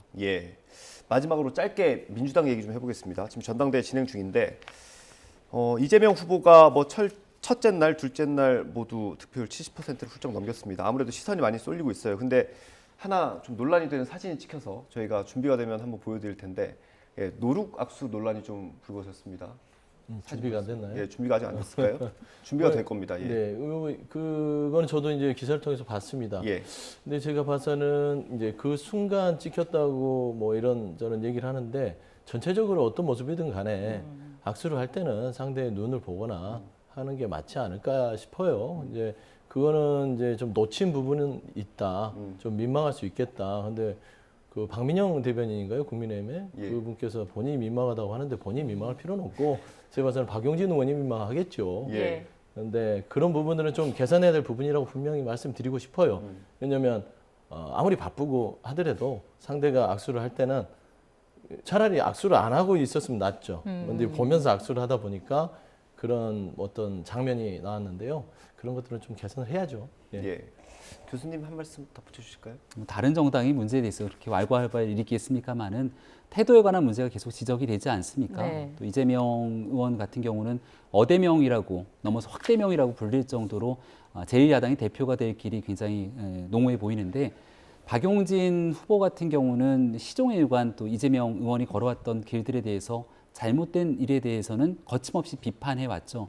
근데 비판하는 사람에 대해서 눈 하나 제대로 보지 않고 그러니까 인사하는 건 충분히 알았을 겁니다. 왜냐하면 휴대전화는 계속 보면서 손은 나와 있기 때문에 그러니까 이 자세 태도를 지켜보면서 이재명 의원이 그동안 걸어왔던 많은 길들이 굉장히 스쳐 지나간다 이렇게 생각하는 분들도 많았을 것 같고요. 제1야당의 대표가 되고 나면 정말 국정의 한 축으로 앞서 우리 서영주 대변인 말씀 주셨던 것처럼 진심을 다해 국가가 잘 될 수 있게 하기 노력을 해야 되는데 나를 위해서 나에 대해서 비판적인 어조를 얘기하고 있는 상대 후보조차 제대로 품어내지 못하는 리더십으로 어떻게 국정에 대한 포용적 리더십을 갖추겠냐는 비판도 있을 수 있는 만큼 이런 일들에 대해서 조심하고 또 조심해야 될 것 같다는 생각입니다. 네, 알겠습니다. 오늘 전국대담은 여기서 마무리하겠습니다. 김병민 경희대 개공교수, 서용주 더불어민주당 상근 부대변인과 이야기 나눴습니다. 고맙습니다. 고맙습니다.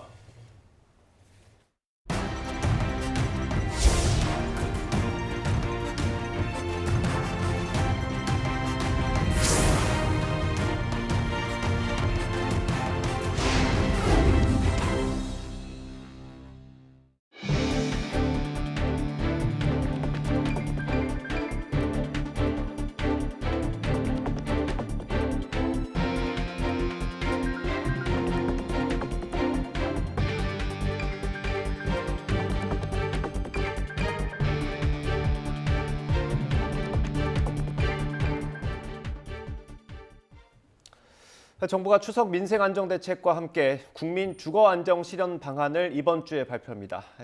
추경호 경제부총리는 오늘 비상경제 장관 회의에서 정부는 물가와 민생 안정을 최우선에 두겠다며 추석 민생 안정 대책과 국민 주거 안정 실현 방안 발표 계획을 내놨습니다. 추 부총리는 최근의 경제 상황에 대해선 7월 물가가 2개월 연속 6%대를 기록하는 등 고물가가 이어지고 성장도 수출과 투자를 중심으로 불확실성이 확대되고 있다고 진단했습니다. 교육부가 내일로 예정된 국회 상임위원회 업무보고 자료에서 초등학교 입학 연령을 1년 앞당기는 방안을 삭제한 것으로 확인됐습니다. 교육부는 대신 교육에 대한 국가 책임 확대를 위해 조기에 양질의 교육을 제공하는 것을 목표로 학부모와 학교 현장, 전문가 등의 다양한 의견을 수렴해 구체적인 추진 방안을 마련하겠다고 밝혔습니다. 이는 만 5세 입학안을 두고 각계의 반발이 거세지자 교육부가 업무보고 발표 열흘 만에 사실상 정책을 철회한 것으로 풀이됩니다. 오늘 0시 기준 코로나19 신규 확진자는 검사가 적은 휴일 영향으로 어제보다 5만여 명 감소한 55,292명으로 집계됐습니다. 일주일 전보다 만여 명 많은 수치로 월요일 발표 기준 17주 만에 가장 많습니다. 해외에서 유입된 확진 사례가 482명이고 국내 발생은 54,810명입니다. 위중증 환자는 어제보다 27명 증가한 324명으로 19일째 세 자릿수를 기록했습니다. 하루 사이 숨진 환자는 29명으로 누적 사망 25,292명, 치명률은 0.12%로 집계됐습니다. 국내 코로나19 재확산으로 이달 중순 시작되는 후반기 한미연합연습 을지 자유의 방패에 차질이 생길 수 있다는 우려에 군이 긴급 점검에 나섭니다.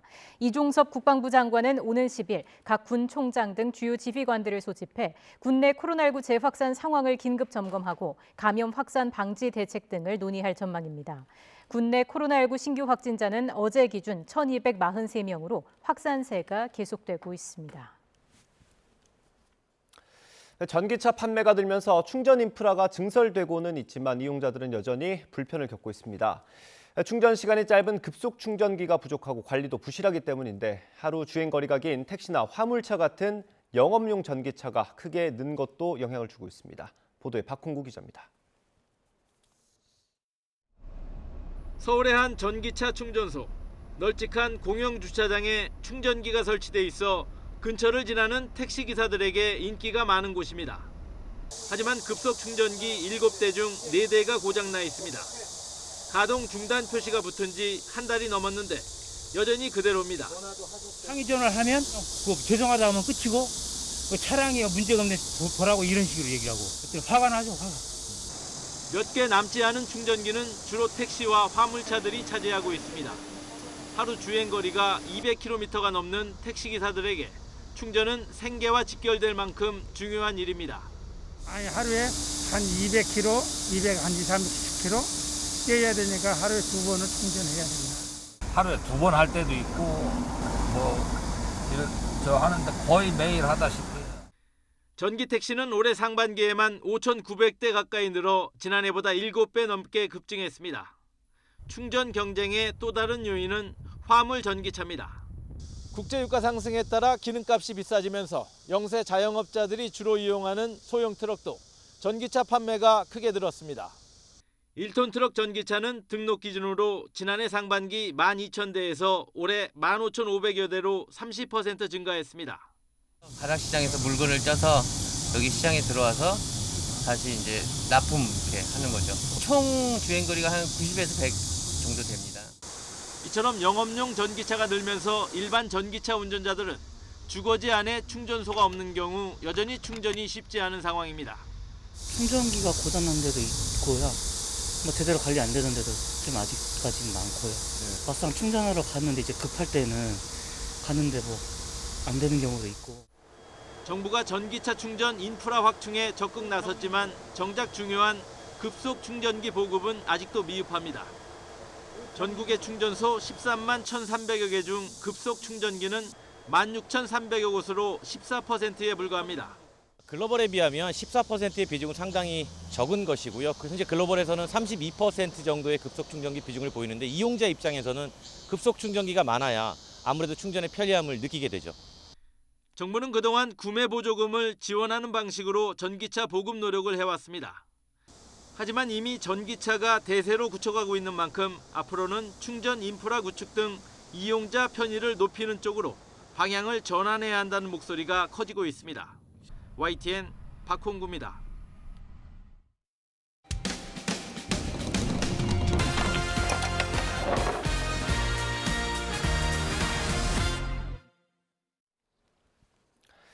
설레는 마음으로 신축 아파트에 입주했는데 시공이 엉망이다. 이러면 기분 좋은 사람 없을 겁니다. 수도권의 한 신축 아파트에서 재고가 없다는 이유로 입주자의 동의도 없이 현관문 앞에 중문을 멋대로 바꿔달아 주민들의 항의가 빗발치고 있습니다.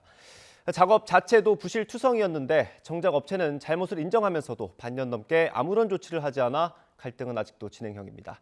제보는 Y 강민경 기자가 취재했습니다. 지난 1월 부푼 마음을 안고 신축 아파트에 입주한 35살 A씨는 시공을 마친 집을 보고 아연실색했습니다.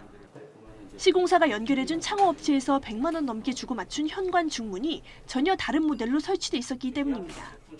사생활 보호가 되는 좀 진한 컬러의 유리였는데 동의를 하지 않았는데도 이제 임의적으로 좀 설치를 해놓은 그런 상황입니다. 더 큰 문제는 시공 상태입니다. 벽과 문 사이가 널찍이 떨어져 있다는 걸 눈으로도 확인할 수 있었습니다. 그러나 업체 관계자들은 이대로 공사를 끝내버렸습니다. 시공사와 창호업체에 원상복구를 요청했지만 돌아온 대답은 황당했습니다. 실제 문제가 있다라고 말씀을 하셨는데도 그거에 대해서 뭐 환불이나 이런 대안보다는 그냥 임시방편으로 뭘 벽에다가 뭘 부착을 해서 뭐 수정을 해주겠다든지 이런 식의 지금 말만 하고 계시고, 근본 원인은 해결하지 않은 채 책임을 미루길 반년째. 입주민 카페에도 시공 상태가 엉망이란 글이 계속 올라오지만 여전히 뚜렷한 조치는 없습니다. 창호업체는 코로나 여파로 계약했던 모델이 생산되지 않아 부득이하게 동의 없이 시공부터 했다고 해명했습니다. 저희한테 공사를 먼저 좀 진행을 해달라라고 말씀 주셔가지고 저희도 조금 불가피하게 공사를 좀 먼저. 하자 보수 요청에는 최대한 빨리 하겠다면서도 기한을 못 박진 않았습니다. 건설사도 비슷한 입장입니다. 이런 민원이 들어왔다는 얘기는 전해주지를 못했어요. 만약 설치 상태가 불량하다면 당연히 하자 보수를 저희가 적극적으로 할 예정이고요. 전문가들은 법적으로 하자 발생 세대에 대해서는 시공사가 책임지고 수리해야 할 의무가 있다고 말합니다. 공동주택관리법에 따라서요. 제30조에 보면 하자 보수 보증금이라는 게 있어요. 하자에 대한 전체적인 현황을 좀 파악을 하셔가지고 다만 시공업체가 하자 보증 기간을 넘기기 위해서 일부러 기한을 끄는 경우가 있다며 입주자 대표회의 등을 통해서 공동으로 대응하는 게 효과적이라고 조언했습니다. YTN 강민경입니다. 주차 문제로 버스 운전기사끼리 시비가 붙은 끝에 상대방을 차에 매달고 달려 70대 남성이 크게 다쳤습니다. 경찰은 40대 버스 운전사를 입건하고 사건 경위를 조사하고 있습니다. 황보혜경 기자입니다. 버스 운전석 창문에 남성이 매달려 있습니다. 버스가 속도를 내자 허공에서 두 다리를 버둥대는 남성. 얼마 못 가 그만 아래로 떨어지고 맙니다. 아스팔트 도로에 머리를 부딪힌 남성은 그대로 바닥에 고꾸라집니다. 어제 저녁 7시쯤 경기 화성시 병점동 도로에서 40대 버스기사 A씨가 사람을 매달고 달리는 모습이 담긴 블랙박스 영상입니다. 피해자는 70대 버스 운전기사로 머리를 크게 다쳐 병원으로 옮겨졌습니다. 버스가 문제가 있었나 봐요. 그런데 운전하는데 사람을 갖다가 그냥 그 옆에서 매달고 간 거야. 뒤 머리에서 피나고 그랬죠.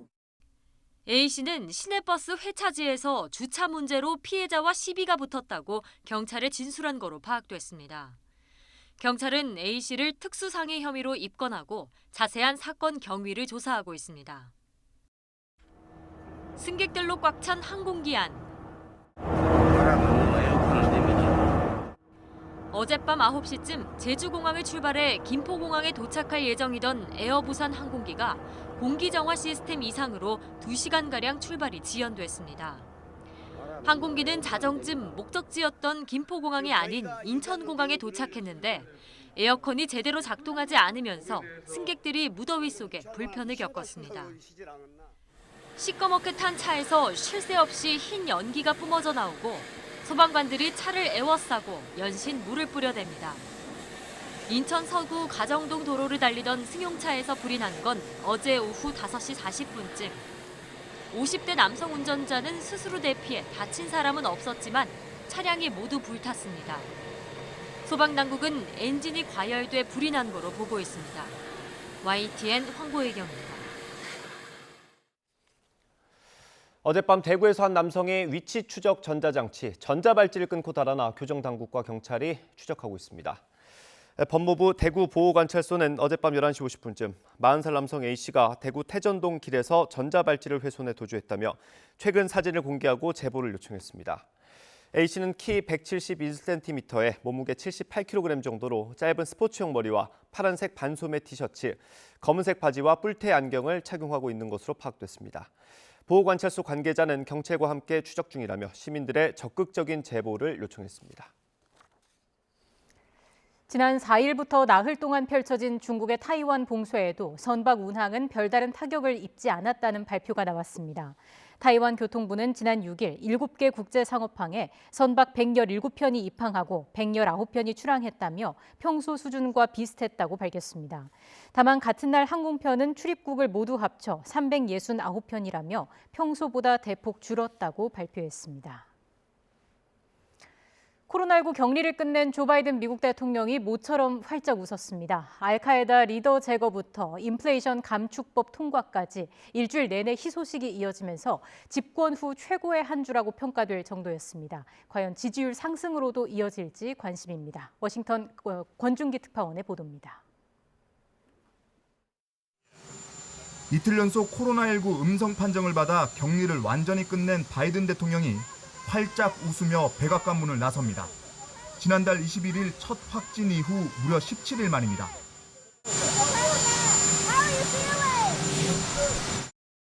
바이든 대통령 표정이 밝은 건 코로나 격리가 끝나서만은 아닙니다. 일주일 내내 백악관에 좋은 뉴스가 이어졌기 때문입니다. 시작은 알카에다 리더 사살 작전 성공, 오사마 빈 라덴의 후계자이자 9.11 테러에 깊숙이 관여한 알 자와히리를 드론 공격으로 제거한 겁니다.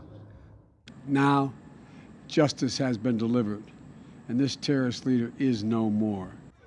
낙태권을 부정한 연방대법원 판결에 반대하는 주민투표 결과도 처음으로 나왔습니다. 그것도 보수의 아성인 캔자스주에서 낙태권 조항 삭제를 반대하는 것으로 나타나 바이든 대통령 어깨에 힘이 들어갔습니다. 바이든 대통령이 추진하는 경제부양 법안에 반대하던 민주당 내 반대파, 시네마 상원 의원을 설득한 것도 큰 성과였습니다.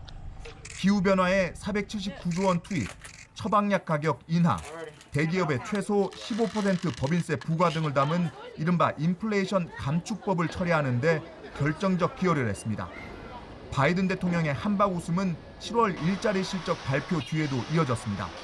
경기 침체 우려를 뒤집고 시장 예상의 2배를 뛰어넘는 고용 창출이 확인되면서 물가 안정에 더 집중할 수 있게 됐습니다. In fact, there are more people working in America than any point in American history. 하지만 데드크로스가 일어난 지 1년째 지지율은 좀처럼 반등 기미를 보이지 않습니다. 가장 최근 나온 여론조사에서 응답자 69%가 경제가 나빠지고 있다고 답했고 국정 지지율은 37% 최저 수준을 이어갔습니다. 석 달 앞으로 다가온 중간 선거의 비관론을 뒤집으려면 더 많은 성과가 필요하다는 관측입니다. 워싱턴에서 YTN 권중입니다. 무력 충돌을 이어가던 이스라엘과 팔레스타인 무장단체가 사흘 만에 휴전에 합의했습니다. 하지만 휴전 논의 중에도 양측의 공격은 멈추지 않아 사상자는 크게 늘었습니다. 보도에 김선희 기자입니다. 이스라엘과 팔레스타인 무장단체가 사흘 만에 휴전에 합의했습니다. AFP 통신과 현지 언론들은 양측이 진통 끝에 이집트의 중재안을 받아들였다고 밝혔습니다. 하지만 휴전 합의 직전까지도 서로 공격을 멈추지 않아 인명 피해는 크게 늘었습니다. 어린이까지 수백 명의 사상자가 발생했습니다. الأطفال في النساء شيء مخيف جدا حتى في لما انتشلوا يعني الشهداء بصراحة كانت مناظر مرعبة جدا. 양측의 무력 충돌은 지난 5일 이스라엘이 전투기로 가자 지구를 공격하며 시작됐습니다. 이스라엘군이 지난주 팔레스타인 이슬라믹 지하드의 고위급 인사 알사아디를 체포했고 이에 대한 복수를 천명하자 선제 공격에 나선 겁니다. 이스라엘군은 관련 시설 1,600곳을 타격했고 팔레스타인 이슬라믹 지하드도 1,000발에 가까운 로켓을 쏘며 대응했습니다. 그러나 대부분 이스라엘군의 적어도 방공망 아이언돔에 요격돼 이스라엘 측 인명피해는 부상자 몇 명에 그친 것으로 전해졌습니다. 지난해 5월 무장정파 하마스와 이스라엘 간 전쟁으로 처참하게 파괴된 가자지구 도심은 이번 충돌로 더 황폐해졌습니다. مش قادرين الكباشات يخش طلبوا مني انا ايش يعني يوفوا على بيتي يهدموه عشان ايش يقدروا يعدوا ينقصوا الشباب من جوا اللي يقدروا ينقصوهم يطلعوهم. 양측이 어렵게 휴전에 합의했지만 팔레스타인 이슬라믹 지하드는 고위급 인사 알사아디의 석방을 요구하고 있고 이스라엘 측은 휴전 조건에 없다고 맞서고 있습니다. YTN 김선입니다. 칠레 북부의 한 구리 광산 부근에 지름 50m, 깊이 200m짜리 대형 싱크홀이 발생했습니다. 로이터 통신은 이같이 보도하고 지난달 30일 땅 꺼짐 현상이 처음 생겼을 때는 지름 25m였지만 8일 만에 2배로 커졌다고 덧붙였습니다. 아울러 둥근 모양의 땅 꺼짐 현상이 발견된 곳은 캐나다 광산업체 룬딘이 운영하는 알카파로사 구리 광산 근처라고 설명했습니다. 차가운 북극해에서 살아가는 흰고래 벨루가 한 마리가 얼마 전 서식지에서 수천 킬로미터 떨어진 파리 생강에서 발견됐습니다. 그런데 이 벨루가가 먹이를 거부하면서 말라가고 있어 구조당국에 애를 태우고 있습니다. 강성욱 기자가 보도합니다. 지난주 초 파리 생강에서 발견된 흰고래 벨루가입니다. 사람에게도 친숙함을 표현하는 벨루가는 유려하고 멋진 몸매를 지녀 큰 인기를 끄는 고래입니다. 그런데 생강에 나타난 이 벨루가는 깡마른 몸을 갖고 있고 움직임도 그다지 활발하지 못합니다. 전문가들은 차가운 북극해에서 서식하는 벨루가가 무려 3,000km를 거슬러 생강까지 온 이유는 알 수 없지만 질병을 앓고 있는 것으로 보고 있습니다. De voir des animaux comme ça dans la Seine, avec le réchauffement climatique et tout, on se demande le pourquoi et qu'il arrive à remonter si haut quand même. 최근에는 구조 당국이 건네주는 청어나 송어 등의 먹이를 전혀 먹지 않아 걱정을 더욱 키우고 있습니다. 민물에서 일주일여를 지낸 벨루가는 이제 스스로 헤엄쳐 바다로 돌아갈 기력조차 없는 상황으로 판단되고 있습니다. 그렇다고 보트로 벨루가를 옮겨 실어 바다로 나른다고 해도 생존을 감당하기 어려운 상황으로 관측되고 있습니다. 벨루가의 상황이 심각하다 보니 한때 안락사시키는 방안도 거론됐지만 지금은 선택지에서 제외됐다고 구조당국은 밝혔습니다. 지금은 어떻게 하든 벨루가에게 비타민 등 영양제를 투여해 다시 바다로 돌려보낼 만큼 기력을 되찾게 하는 방안을 적극적으로 모색하고 있습니다. YTN 강성욱입니다. 이번 주 밤하늘에는 3대 유성우 가운데 하나인 페르세우스 유성우가 나타납니다. 시간당 최대 100여 개 정도의 별똥별을 볼 수가 있는데 은하수를 사이에 둔 견우와 직녀별도 함께 감상할 수 있다고 합니다. 정혜윤 기자가 소개합니다. 은하수가 드리운 밤하늘에 별똥별이 긴 꼬리를 빛내며 떨어집니다. 지난주부터 시작한 페르세우스 자리 유성우입니다. 1월에 사분의 자리, 12월에 쌍둥이 자리 유성우와 함께 3대 유성우 가운데 하나입니다. 이달 중순까지 이어지는 페르세우스 자리 유성우의 극대기는 주말인 13일 새벽으로 시간당 100여 개의 별똥별이 한여름밤을 수놓을 것으로 보입니다. 올해 페르세우스 자리 유성우의 극대 예상 시각은 오전 10시로 낮 시간이어서 이날 새벽이 가장 관측하기 좋습니다. 빛공해가 적은 야외에서 전체 하늘을 조망하면 됩니다. 특히 페르세우스 자리 유성우는 견우와 직녀별을 찾아보는 즐거움도 함께 누릴 수 있습니다. 밤하늘 머리 위에 은하수를 먼저 찾은 뒤 은하수를 사이에 두고 북쪽과 남쪽에 가장 빛나는 별을 찾으면 됩니다. 북쪽이 직녀별, 남쪽이 견우별입니다. 다음 별똥별 쇼는 3대 유성우 중 마지막 12월 쌍둥이 자리 유성우로 오는 12월 14일에 볼 수 있을 전망입니다. YTN 정혜윤입니다. 서울 한강에는 매일 저녁 황금빛 석양을 볼 수 있는 곳이 많습니다. 오세훈 서울시장이 노들섬 등 한강의 석양 명소 곳곳에 이른바 예술섬, 수상무대, 대관람차 서울아이 등을 조성하는 새로운 한강 프로젝트 구상을 내놨습니다. 김종균 기자의 보도입니다. 싱가포르의 관광명소 마리나베이에 매일 해가 질 때면 약 25m 높이의 인공나무 12그루에서 형형색색의 조명이 들어옵니다. 석양을 배경으로 음악과 빛이 어우러지는 슈퍼트리 쇼를 지켜보던 오세훈 서울시장. 한강의 석양을 활용한 새로운 관광 구상을 내놨습니다. 한강의 석양 무렵, 낙조가 아름답다는 점에 착안을 해서 정말 가슴이 웅장해지는 낙조의 한강을 서울 시민과 관광객들이 즐길 수 있는. 우선 한강 노들섬에 싱가포르 슈퍼트리처럼 석양을 360도로 조망할 수 있는 조형물을 만들기로 했습니다. 섬 안팎 어디에서 봐도 조형미가 느껴지는 지붕형 랜드마크를 올리고 음악과 예술이 흐르는 세계적인 예술섬 조성이 목표입니다. 또 하나는 한강변에 세계 최대 규모의 대관람차 가칭 서울아이도 세웁니다. 상암동과 뚝섬 등 여러 곳을 놓고 검토 중입니다. 한강에 K-팝, 뮤지컬, 오페라 공연은 물론 스포츠 이벤트까지 무대에 올릴 수 있는 수상 공연장도 설치할 계획입니다. 수변 객석은 3,000석에서 30,000석까지 최대 2-3곳을 구상 중입니다. 관객 수용 규모와 접근성을 고려할 때 여의도 한강지구나 반포 등이 후보군입니다. 관광객이 1,000만 들어올 때와 3,000만 들어올 때 서울의 경제는 굉장히 그 활력에서 차이가 납니다. 그런 의미에서 서울의 관광의 큰 미천인 한강변을 최대한 활용할 필요성이 제기되는 것이고요.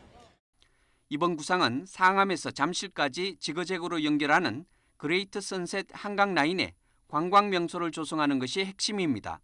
다만 아직은 구상 단계일 뿐이고 구체적인 입지 선정 단계부터 환경과 교통 등 풀어야 할 과제가 수두룩해 보입니다. YTN 김종길입니다. 서울에도 1시간 전부터 강한 비가 쏟아지기 시작했습니다. 이에 따라 서울 일부 지역에는 호우주의보에서 호우경보로 한 단계 격상되는데요. 제가 지금 나와 있는 이곳 상암동에도 시간당 30mm 안팎의 국지성 호우가 쏟아지고 있습니다. 이 정도의 비가 3시간 동안 지속되면 아무리 도심 지역이라도 침수 피해가 발생할 수 있는 정도니까요. 저지대 침수가 발생하지 않도록 각별히 주의해 주시기 바랍니다. 자세한 레이더 화면부터 살펴보겠습니다. 현재 강한 정체 전선은 서울 등 수도권과 강원도에 영향을 주고 있습니다. 특히 경기 북부와 강원 북부에 시간당 30에서 80mm의 매우 강한 비가 집중되고 있는데요. 따라서 이 지역에는 호우경보가, 그 밖에 중북부 지방에는 호우주의보가 발령 중입니다. 정체 전선은 당분간 중부지방에 머무르면서 강하고 많은 비를 뿌릴 전망입니다.